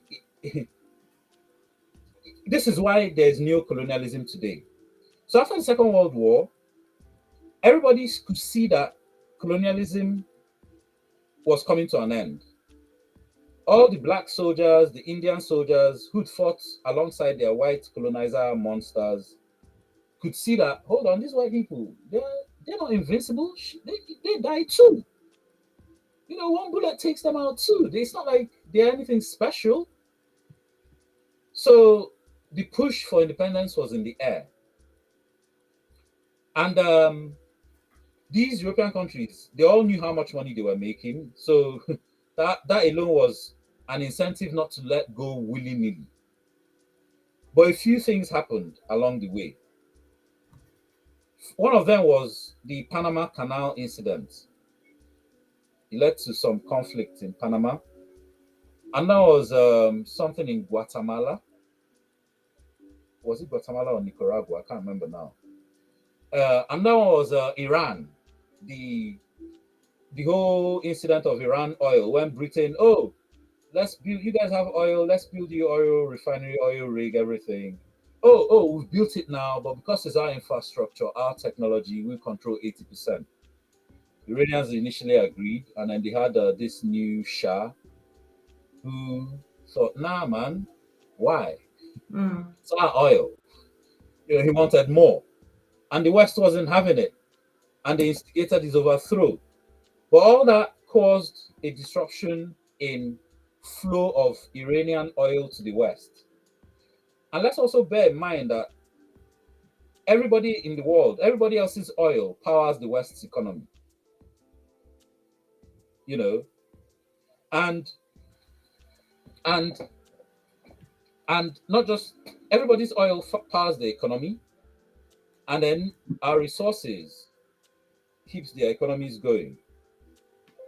So another incident that happened was the Suez Canal incident, where France and Britain were fighting Egypt. Egypt wanted control of the Suez Canal because it was in our territory. France and Britain said, no, we built it, we control it. And they started moving towards Egypt with warships and stuff and soldiers. And the Americans now stepped in and said, look, guys, we're trying to end this colonialism thing. We can't be seen to be making war to carry on some certain colonial structures. Mm. France and Britain stepped down. And some people say this was the end of the British Empire, when as soon as America now started telling the British Empire what to do, and she was actually obeying. And yeah, she burnt herself out with two world wars. And this is another thing with warring or warlike nations. They will always burn themselves out. Yeah. It's just a natural cycle. They war till they burn themselves out. America is burning herself out now. Britain's burnt herself out long ago after the Second World War. The Spartans, remember the Spartans in Greece, ancient Greece? Remember, they are known for their warrior martial prowess. Some of the greatest warriors ever. Those 300 that stopped those Persians. 300, you remember the story of the 300? Yeah. Right. Those were Spartans. Do you know that the Spartans warred and warred and warred, that by the end of Spartan civilization, there was only 400 men left? That's how much they burnt themselves out. Now,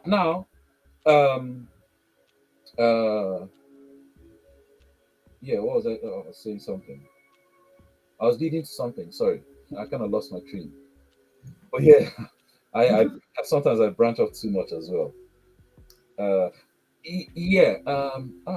It's on the tip of my tongue. Yeah, yeah, I remembered.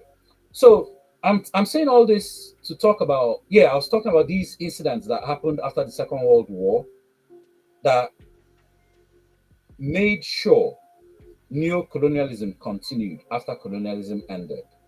So after all these incidents I've just listed, Panama Canal, Suez, sorry, yes, Panama Canal, Suez Canal, the Iranian oil and Shah incidents, Nicaragua, uh, the global capitalists had a global conference in San Francisco in 1957, in the middle of after these incidents. And they'd all seen how each of these incidents affected and disrupted global distribution channels and flow of goods, capital, and all that. Imagine closing the Suez Canal. Of course, supply of goods, everything is going to be disrupted. Of course. You know? So all these global capitalists, they've seen the effect, and they were beginning to realize that they were stepping into uncertain territory. If they allowed independence, meaning that they themselves didn't even have control of these resources.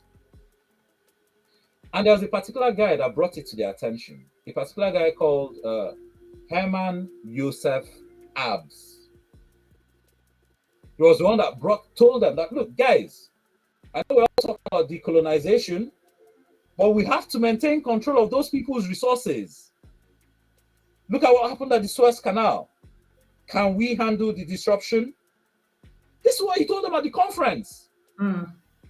And that's why today you were told you were given independence, but for some reason, Shell, that was mining your oil before independence, is still there after independence mining your oil. You were told you were given independence, but for some reason, the Bears that was there before independence, digging out your diamond and gold, after independence, is still there, digging out your diamond and gold. Nothing So changed really. if I'm not allowed to set up my own company to dig up my own diamond and gold, is the West trying to tell me that Africans don't know how to dig up diamond and gold? And I keep asking, so did Mansa Musa get Westerners or Western contractors to come and dig up his gold in the 1300s? You know, yeah. So Interesting. You know what?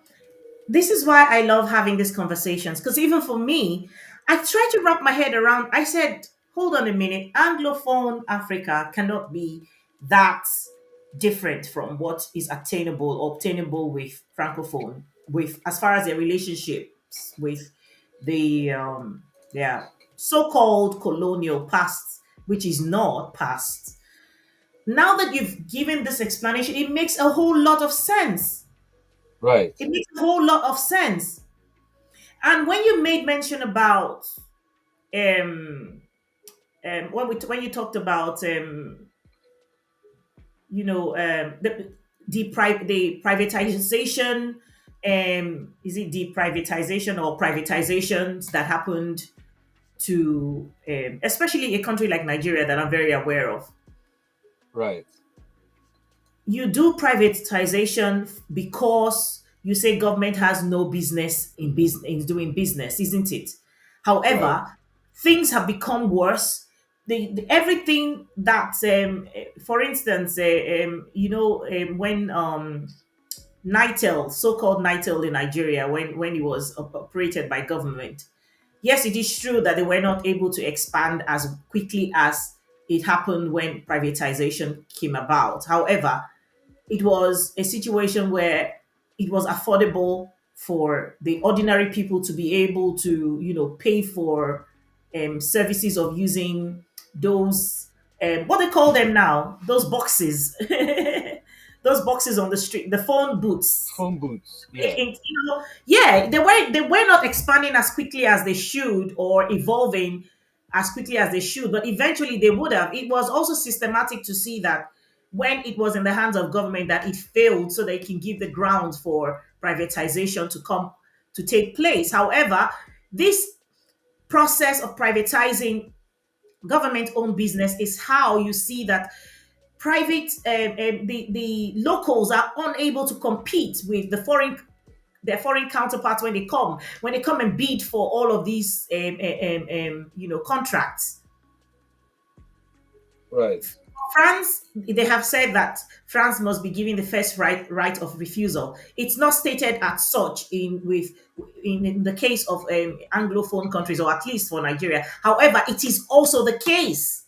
It is also the case where it is Shell, it is Mobil, it is all of these foreign companies that have upper hand before local companies are even considered and given the crumbs Right. of the Exactly. deals.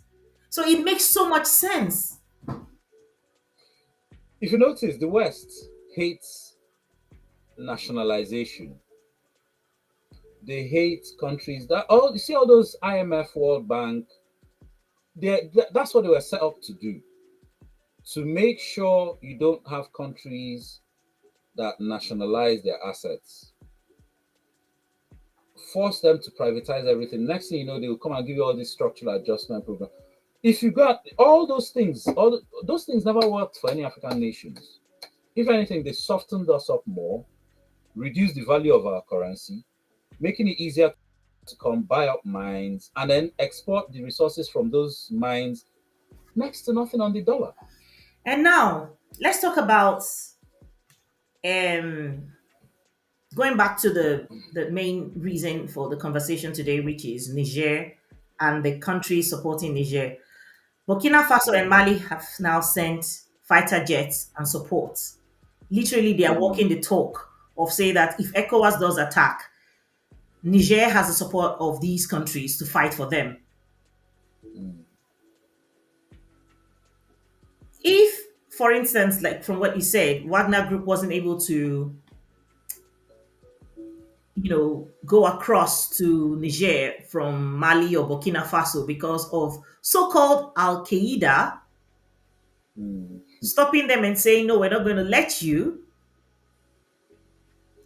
If eventually ECOWAS does eventually attack Niger, what do you think the outcome? How do you visualize how it's going to play out? Well, I've been predicting this coming war to Africa for a long time now. And now I'll try and look at it into more detail. I actually predict there's a war coming to Niger. I don't want war, but how Niger spooked the West, they're not going to give up. I believe you're going to see increased terrorist activity in Niger, and we all know terrorists are on the West's payroll. The West, I mean, these terrorists, they don't have Russian made weapons, they have Western made weapons. So we're going to see increased terrorist activity, and all of it trying to destabilize the government of Mali and Niger and Burkina Faso, those three. We're going to see increased secessionist and separatist activity because the Tuareg in both north of Niger and north of Mali want to break away. They are claiming that those lands belong to them, even though their case for secession is a bit dubious because the land they are claiming used to be part of Songhai Empire, you know, and the Tuareg, we know they've been a landless people for at least 1,000 years.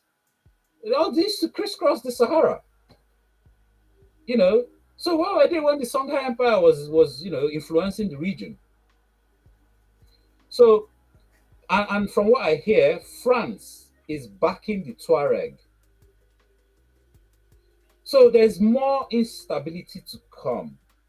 I believe, like I was saying earlier, I believe the West will not rest until they fully destabilize that region. They'll suck in more African countries. As long as ECOWAS continues fronting this whole thing, Mm. Nigeria is going to get sucked in and will become destabilized. So, so um, yes, there will be war in the region. There will be war in Niger. It will spread. Some ECOWAS countries will be puppeteered into fronting this war.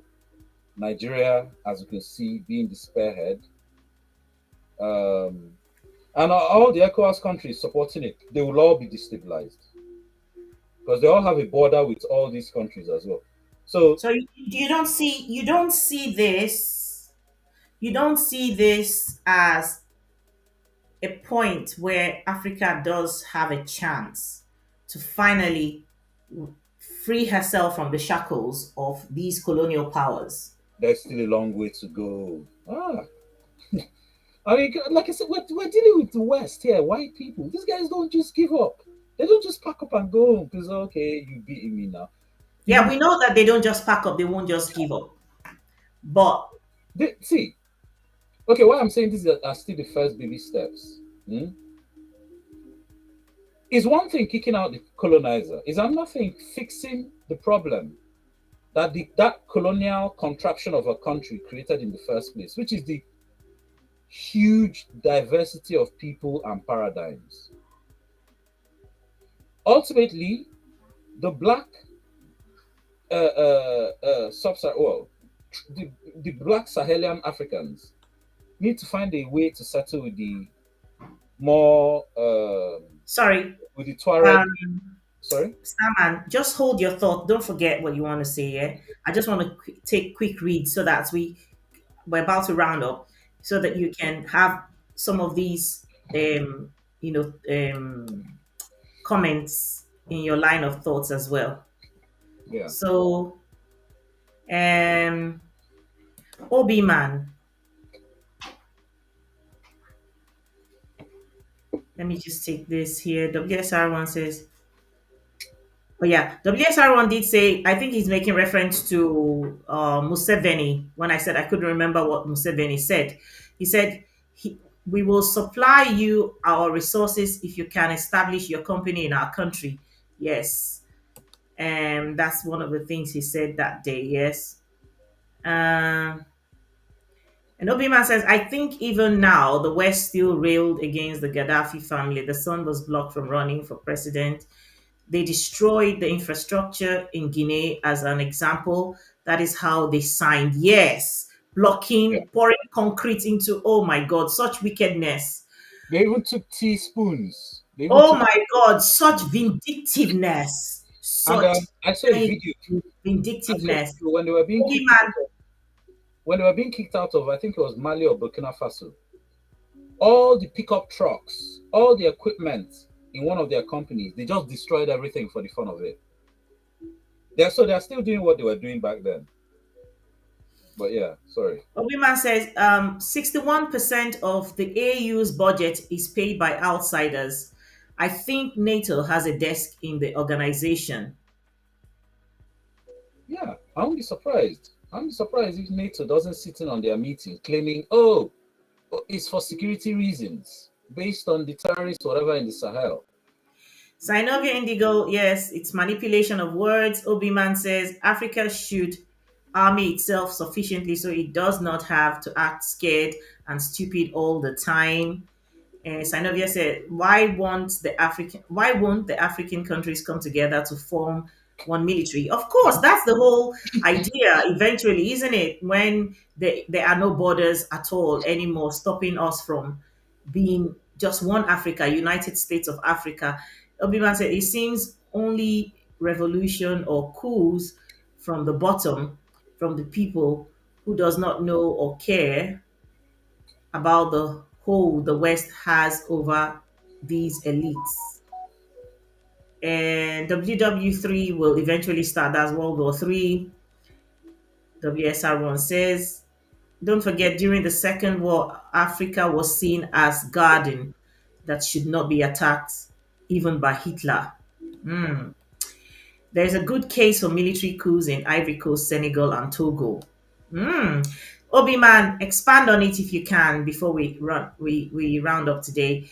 WSR1 says, in retrospect, West Africa is the young bride that the West and Russia will spill blood for. Yes. Starman, remember I said to you not to forget your train of thought. So carry on. I think I've actually forgotten. Okay, so from some of the things you said, I was trying to take some notes. So I had something about um, uh, no borders, one army. That's a Pan Africanist dream, but I don't think that Pan Africanist dream is really that practical. The second thing I heard was what was it now? Um, I can't remember. So was it something about war? Anyway, maybe I have to check. Let me see if I can see on the comments. Okay. Yeah, yeah, Africa being during the Second World War. Uh, Hitler did launch war a North Africa campaign. Yeah, he did launch a North Africa campaign, and that's where I'm sure we've all heard of the so-called Great General Rommel, the Desert Fox or something they called him. Yeah, he was a clever German general. Um, I, I'm not sure he was particularly a Nazi like Hitler then, but he had his respect in the German army. Um, and Africans got sucked into that war, that Second World War. They were recruiting soldiers from their colonies. Even the First World War, Africans got sucked into it. They were recruiting soldiers from Africa as well, from their.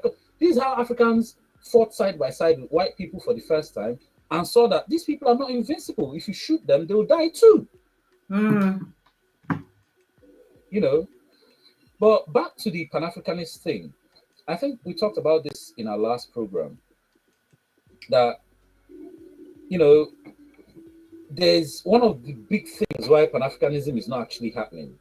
It's because of the confusion that has been planted by the wrong Pan Africanist dream or idea.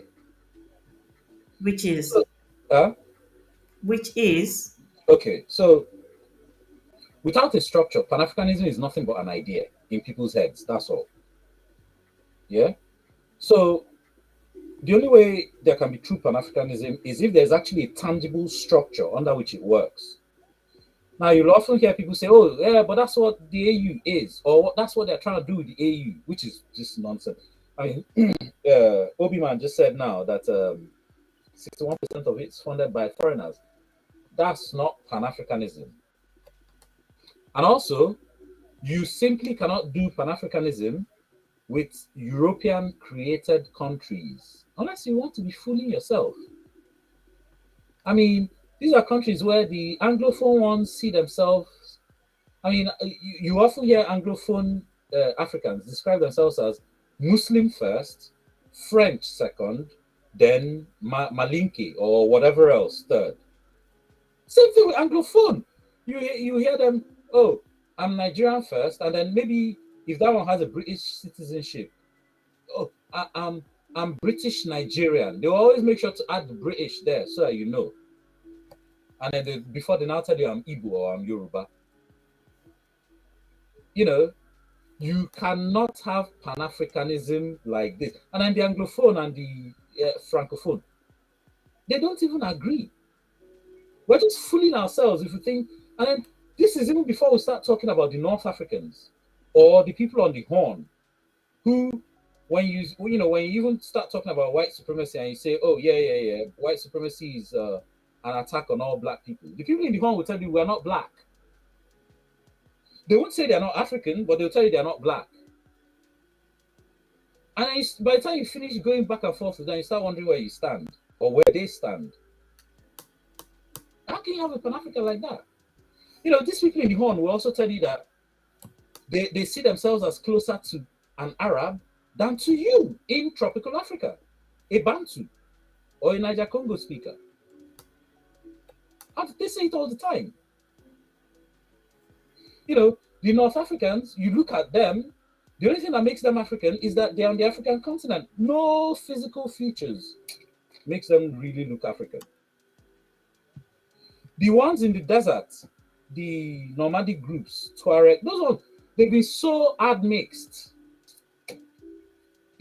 some of them, their DNA is even more European than African. And when you look at their history in relationship to the other Africans, how exactly are you going to do this Pan Africanism? So, starting from the beginning of Africa's problems, which was 1,000 years ago when Islam came, these North Africans have been slave raiding tropical Africans from the Sahel and the tropics, starting the trans-Saharan slave trade. They will come, take them, cross the Sahara, take slaves, and then cross trans-Saharan. They started it, you know, and then this trans-Saharan slave trade between these North African Muslims and tropical Africans that were referred to as pagans then is still going on. Because me, as a tropical African, all I see is terrorists coming from the north into my region, killing people. Do these people look like they even want to do Pan-Africanism? Especially when the Tunisian president claims that there's a plot by Black Africa to take over his country because of some immigrants trying to cross through to Europe. And next thing you know, would you not be able to argue that a mindset change can resolve all of that? And of course, every single person on the African continent, whether you're North African or Sub-Saharan African, that we are all victims of these same people, which is that even they have, I'm not very sure that Algeria, for instance, is very happy that France is their boss. I know. See, okay, I always try and describe it like this. Africa, if you look at the map, if you Google the religious map of Africa, you actually see a map there. There's a religious map of Africa that shows Africa divided into two by two foreign Abrahamic religions. Where the Sahel is, the Sahel starts from Senegambia all the way to Somalia. It runs across Africa, literally. There's a borderline there that divides Africa into two religious zones. The northern zone, and that borderline crosses Nigeria. And this borderline crosses many African countries, so it's not just Nigeria. Central African Republic, Sudan, you know. This two zones, north of it is Muslim Africa. South of it is Christian Africa. How a lot of people, yes, everybody knows, everybody talks about how the West came to colonize Africans, tropical Africans. And we can all describe that colonization, how they changed our languages, even though we still speak those languages, but we prioritize their language over our own, how they changed our religion, how they changed or affected debased our cultures, our sense of clothing, everything. The same thing happened to North Africans. They were Muslims before the Arabs turned up. In fact, some of them were even Christians, thanks to Rome. So they too have been colonized. But the thing is, under the colonization of Christianity and Islam, yeah, they are still under colonization. But I'm sorry, I think it's actually easier to break free from Christianity than Islam. And when I look at Muslim Africa,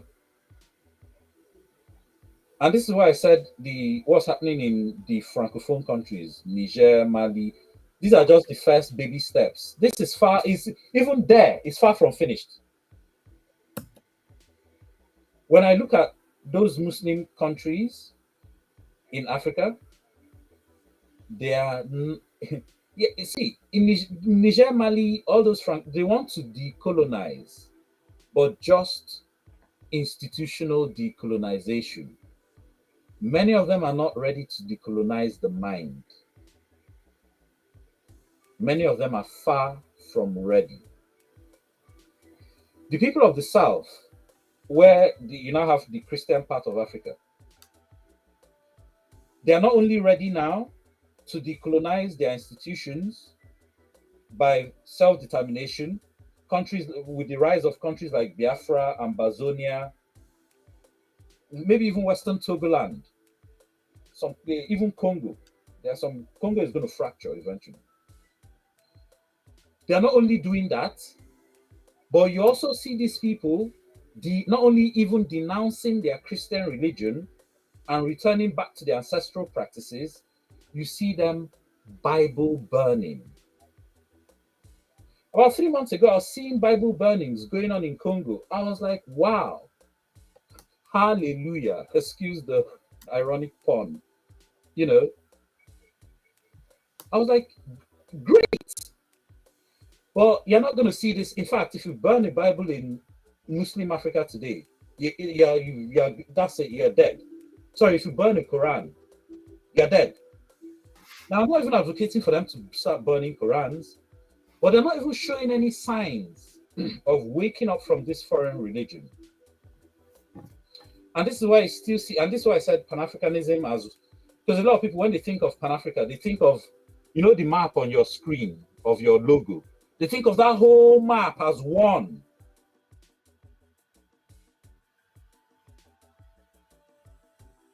Nah, of division.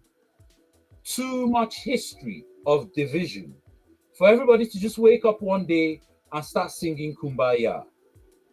Maybe we're not going to start singing Kumbaya overnight, but maybe there is a starting point where we reclaim what belongs to us by hook or by crook, as they say it.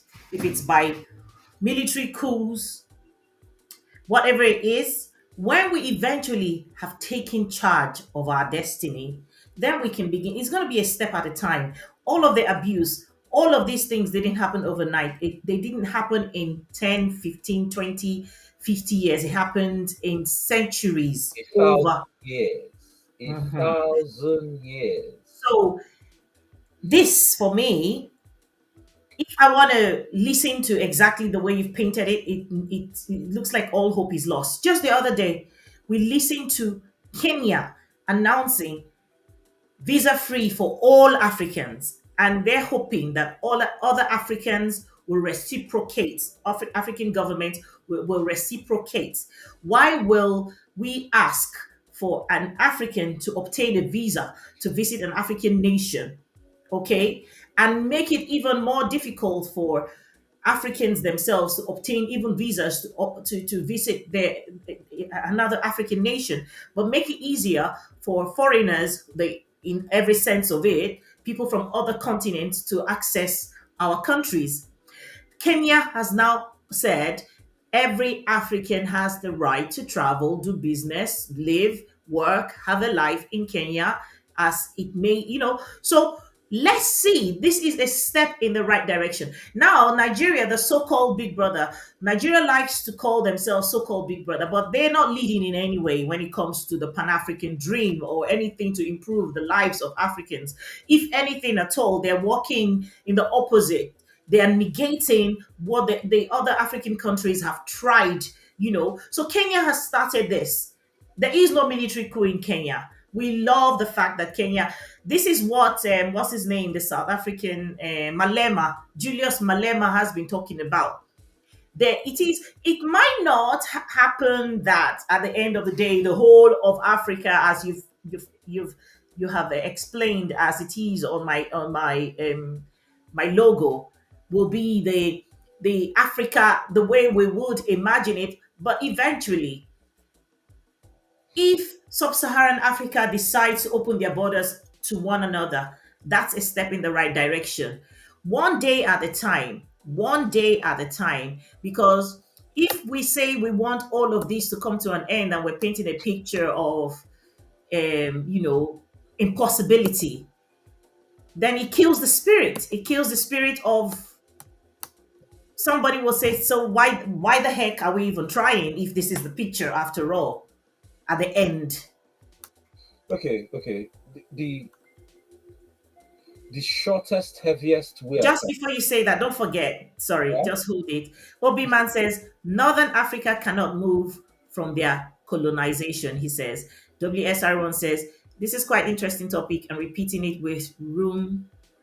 for more vocal contributions will be appreciated. Of course, if you're interested, you know me, I'm open to it. I will, of course, have you on once you do indicate that you'd like to be here to talk about it. I will definitely have you on. If you had said this even earlier before we're rounding up, I will even send it out to you so that you can be here to give your contributions um, on live. And Obiman says Senegal president is stifling the popular opposition. Ouattara is head of Ivory Coast, courtesy of a coup against the people. Togo has one family for the past 50 years, thanks Yes. to a coup. And a coup, I believe, that is instigated by the West, that is supported by the West, isn't it? All Yep. right, Salman, carry on. I hope you haven't forgotten what you were saying. Yeah, I was going to say, why, Susan, you know me, I'm a man of measured temperament, especially excitement. I'm happy all this stuff is going on in Francophone Africa. I also described it as baby steps because I have a vision for where all this will end, especially if it's to be in our favor. And the heaviest but shortest way I can describe this is so the West has had 550 years of constructing a worldview they imposed on everybody and us. Yeah, their history is central to everybody's history. Their economic system is central to everybody's economic system. Their laws is central to everybody else's laws. Everything. If we truly want to be free, we have to totally upend the Western paradigm they've constructed around us for 550 years. Completely. No half measures. And in upending it, we don't even have to invent anything. All we need to do is take the template of how our ancestors lived and modernize it. And that template will look nothing like the West. It will not be capitalist, at least for tropical Africa. That I can guarantee you. If tropical Africa had their full agency and autonomy today, I can guarantee you they will not be capitalists or practicing capitalism.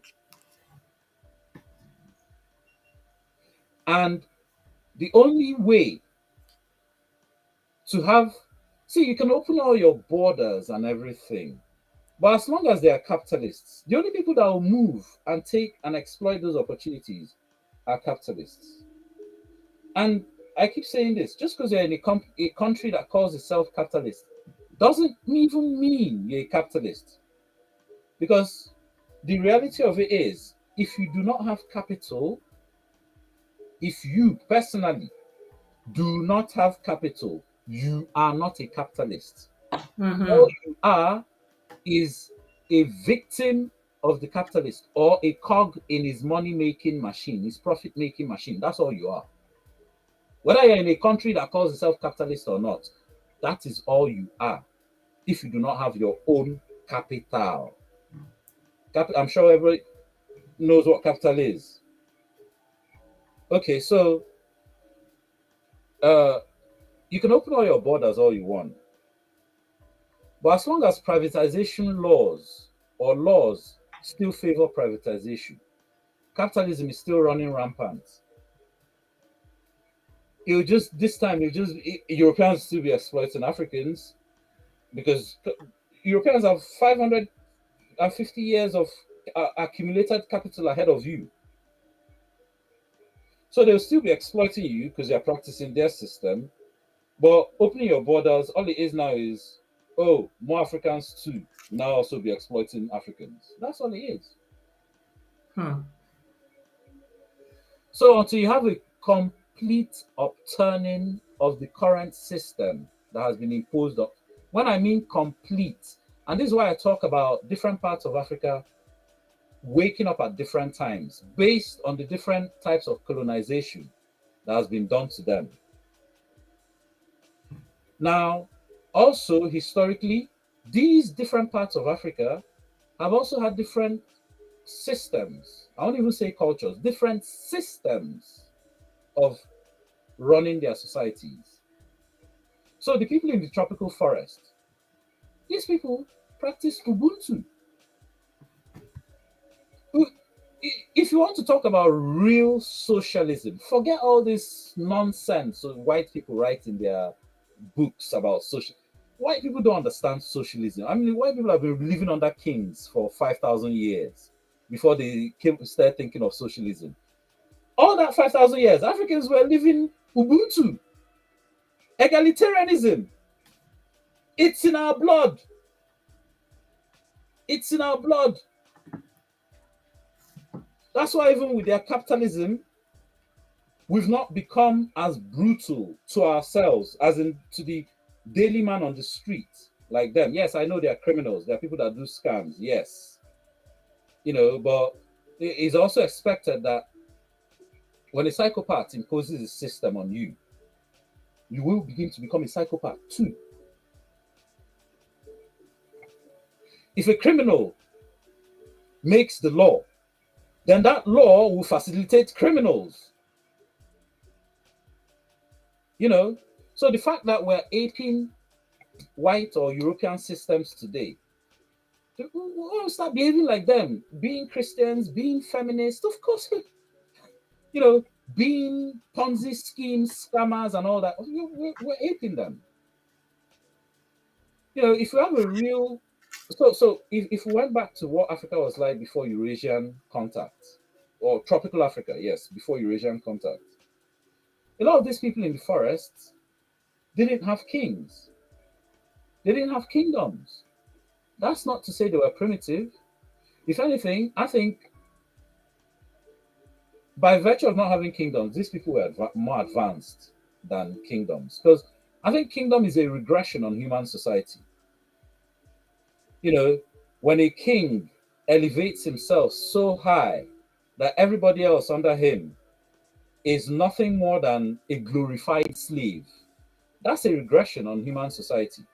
So if you come from a society that didn't have kings for thousands of years, like tropical Africa,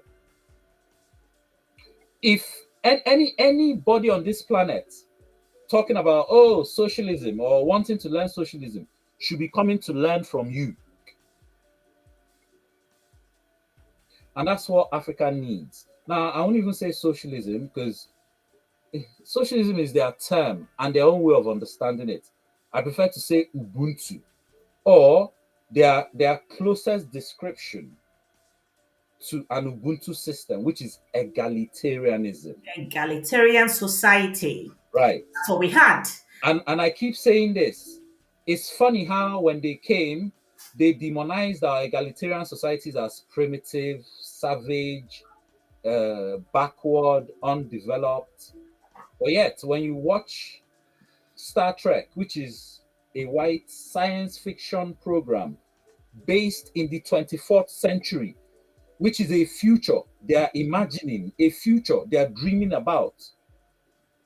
Isn't it ironic that even though they tell you today capitalism is the best thing since sliced bread and that egalitarianism was primitive, but in their 24th century dream of Star Trek is an egalitarian society.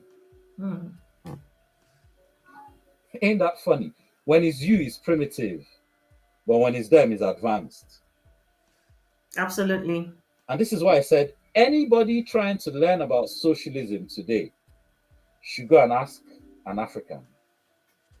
Go and ask a tropical African, a Pygmy, a Khoisan, an Igbo, a Hadza, Go and ask them about socialism. They will teach you. I don't care how many books you've read about Marx and Trotsky and all of those clowns. I don't care.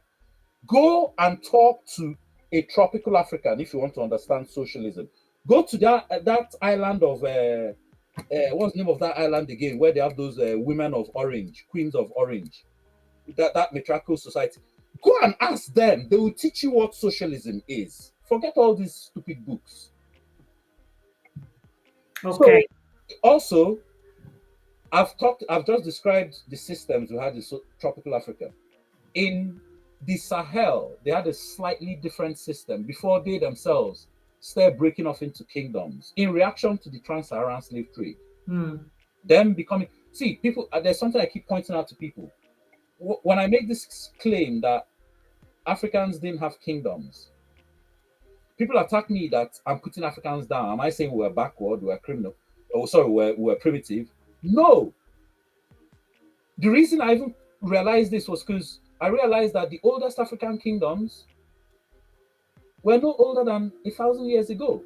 So what was there before 1,000 years ago? Egalitarianism. Exactly. And then when you realize what was actually going on that led to the rise of these kingdoms, the trans-Saharan slave trade, then you understand why they even came about in the first place. It wasn't a progression. It was a reaction in self-defense.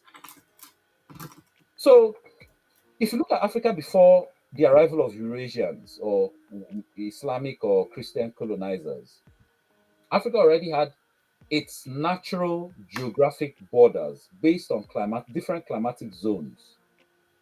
The forest people, the Sahel people, the interlustrine people, South and yeah, the Swahili coast of Africa, and then the people on the highlands of the Horn, and then the people of the Maghreb and North Africa. Those were the climatic zones, and then a few of them scattered in the Sahel.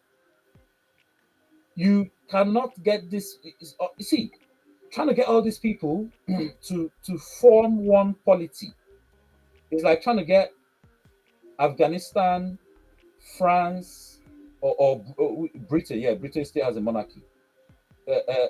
America, Saudi Arabia, Brazil, get them all to form not one union or organization like EU or BRICS. No, one country under one law. It can't happen.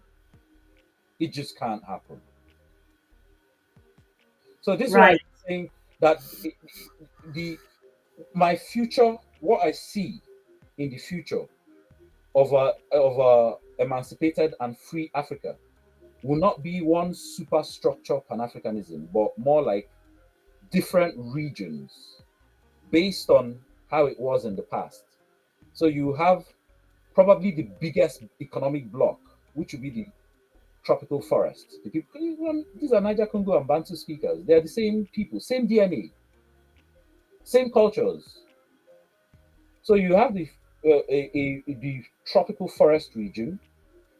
You, if not for Islam, they will probably have the people of the Sahel will probably join this tropical region. But because of Islam, I see them forming their own bloc, probably linking with the Swahili coast. And mm, the horn is a bit up in the air. That's because of their own. If anything, I see some of the horn because there's people in places like southern Somalia called Jaria. They call them Jaria Bantu. I think those who break towards uh, either the tropical African, well, not the tropical African part, but the Sahel and Illustrian regions, and then the Right. one more towards the highlands. I see them aligning more towards a pan-Arabism because they see themselves as very close and related to the people of Yemen. And then I also see North Africa are because it's not only us that are doing Pan-Africanism. The Arabs too are on their own Pan-Arabism. So Right. yeah, You dreaming know of what, Starman? yeah, Like WSR1 said, this is a conversation that we have to continue to have. yeah, So let's do this again next weekend. God willing. Okay. Um, I will invite more people, interested, Yeah. like-minded people. Yeah. Let's have this conversation again because this is very like it just gets bigger and bigger and bigger. Yeah. So we've gone over 2 hours, almost 2 hours, 30 minutes. So let's Yeah. do this again next weekend. I said to you, Starman, this is why I didn't want to invite anybody else because if Starman is here, we can talk and talk and talk and talk talk for hours. No, if you allow Starman, will be here till tomorrow. He still has a lot to say. Uh, Okay, so let's do this again next weekend. It's been such an interesting one. I will not lie to you that even I have found more information, a little more clarity on some of the questions that I have always had in my mind. You know, So thank you for that. Thank you for all the research that you keep doing. Keep at it because we kind of I just know that when I bring Starman, he's going to be saying things that nobody else is thinking. So a little differently. Okay. Thank you. I'm always in a rabbit hole. Thank you for that. It's good. Lost time It's trying to good find to my way have out. people like yourselves who think opposite, who will be able to question things a little differently. Yeah. Not everyone has the audacity or the freedom of mind to be able to think in the direction that you think. So I really like you for that. Thank you. And thank you, everyone. WSR1 TV. Thank you, my brother. That's my special brother, WSR1. He's my special brother, always supporting me on Africa Rise. Always from the beginning, he's always supported me.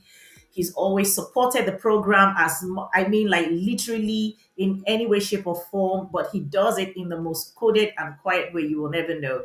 Thank you, Obi Man. Obi Man says, Starman is a star. Absolutely, he is a star. Thank you. Is Thank yes, you. yes. I would love to be doing this on a daily basis, but time will not permit. And like I said in my last broadcast, if only we can support ourselves, share this broadcast to more people, like, follow, subscribe, tell people about our platform, what we do, what we talk about, what we stand for. Let's grow this channel, let's expand this channel, so that we can have the motivation to come as often as we would like, to keep doing what we do here and have the time, you know, to do what we do. So, Starman, next weekend, you promise? Say it Yeah. in front of everyone now. Yeah. Next All weekend right. will be good. All right. So, Yeah. I'll catch you on the other So side. what should we what next weekend? What are we going to expand on? We're going to talk about it, but it's not going to be too different from what's going on still, because Yeah. this is Yeah. a daily unfolding event Right. as far as Niger is concerned, as far as ECOWAS is concerned, as Right. far as the possible outcomes is. So this Right. is still unfolding. So Yeah. most of what we're going to be talking about is going to still be around this. Of course, we always go spread out in the conversations because everything seems to be intertwined Yeah. in getting our fates together or apart as Yeah. Africans. Yeah. Yeah. That's cool. I'm good. I'm up for it. All right then. Thank you and Yeah. have a good evening, Starman. See, I'm trying not to even tell you to give final thoughts because we'll be here again for another 30 minutes. Oh no, don't worry. I can see the time, 2.5 hours. Yeah, obviously there's a lot to talk about, but I also know that it's I gonna be know, yeah. time. I You know, so much. Yes, I'm back. I'm struggling. I'm struggling to be as consistent as I'd like because I need the support of all our subscribers, followers. Show us love so that we know that what we're doing is important enough to come here as often as we'd like. Left for me alone, I'll be here on a daily basis. Okay, we didn't stream to Facebook today because from last weekend till now, for some reason, we're unable to access streaming to both platforms at the same time, which we're working on fixing. We will fix it. We will fix it and we'll be able to. But after the broadcast is ended, we will try to see that we upload this broadcast to Facebook as well. because we have a large and huge following on Facebook, but we want to grow the YouTube channel. So, guys, share, subscribe, like, follow, and continue to send in your comments. And of course, for OB Man, for WSR1 TV, and Synovia, if you want to come on here on screen and be part of the conversation, you are absolutely welcome. Just let me know. You have my numbers, you have our numbers. You can message us on Africa Rise TV on WhatsApp and we will let you know. Okay, so next weekend, let's keep it locked here. Love you all. God bless you. And Starman, catch ya later. All right. Thank you so much, guys. I really did enjoy today's conversation. It was not, it wasn't something that was, I wasn't interested in the professionalism of knowing it all. This is where we come and just everybody bring their quota, talk, teach, give insights, give information on what you know that we don't know or someone else will benefit from. So yes, if you do, for people who will eventually watch this on Facebook, share, follow, and send in your comments even after the broadcast is ended. Oh, Sinovia, yes, yes, yes, I appreciate you, my dear sister. I do appreciate you. So if you don't have my number, you just message me and I'll give you my WhatsApp number and let you know. If you're interested coming on next week, I'll absolutely be delighted to have you.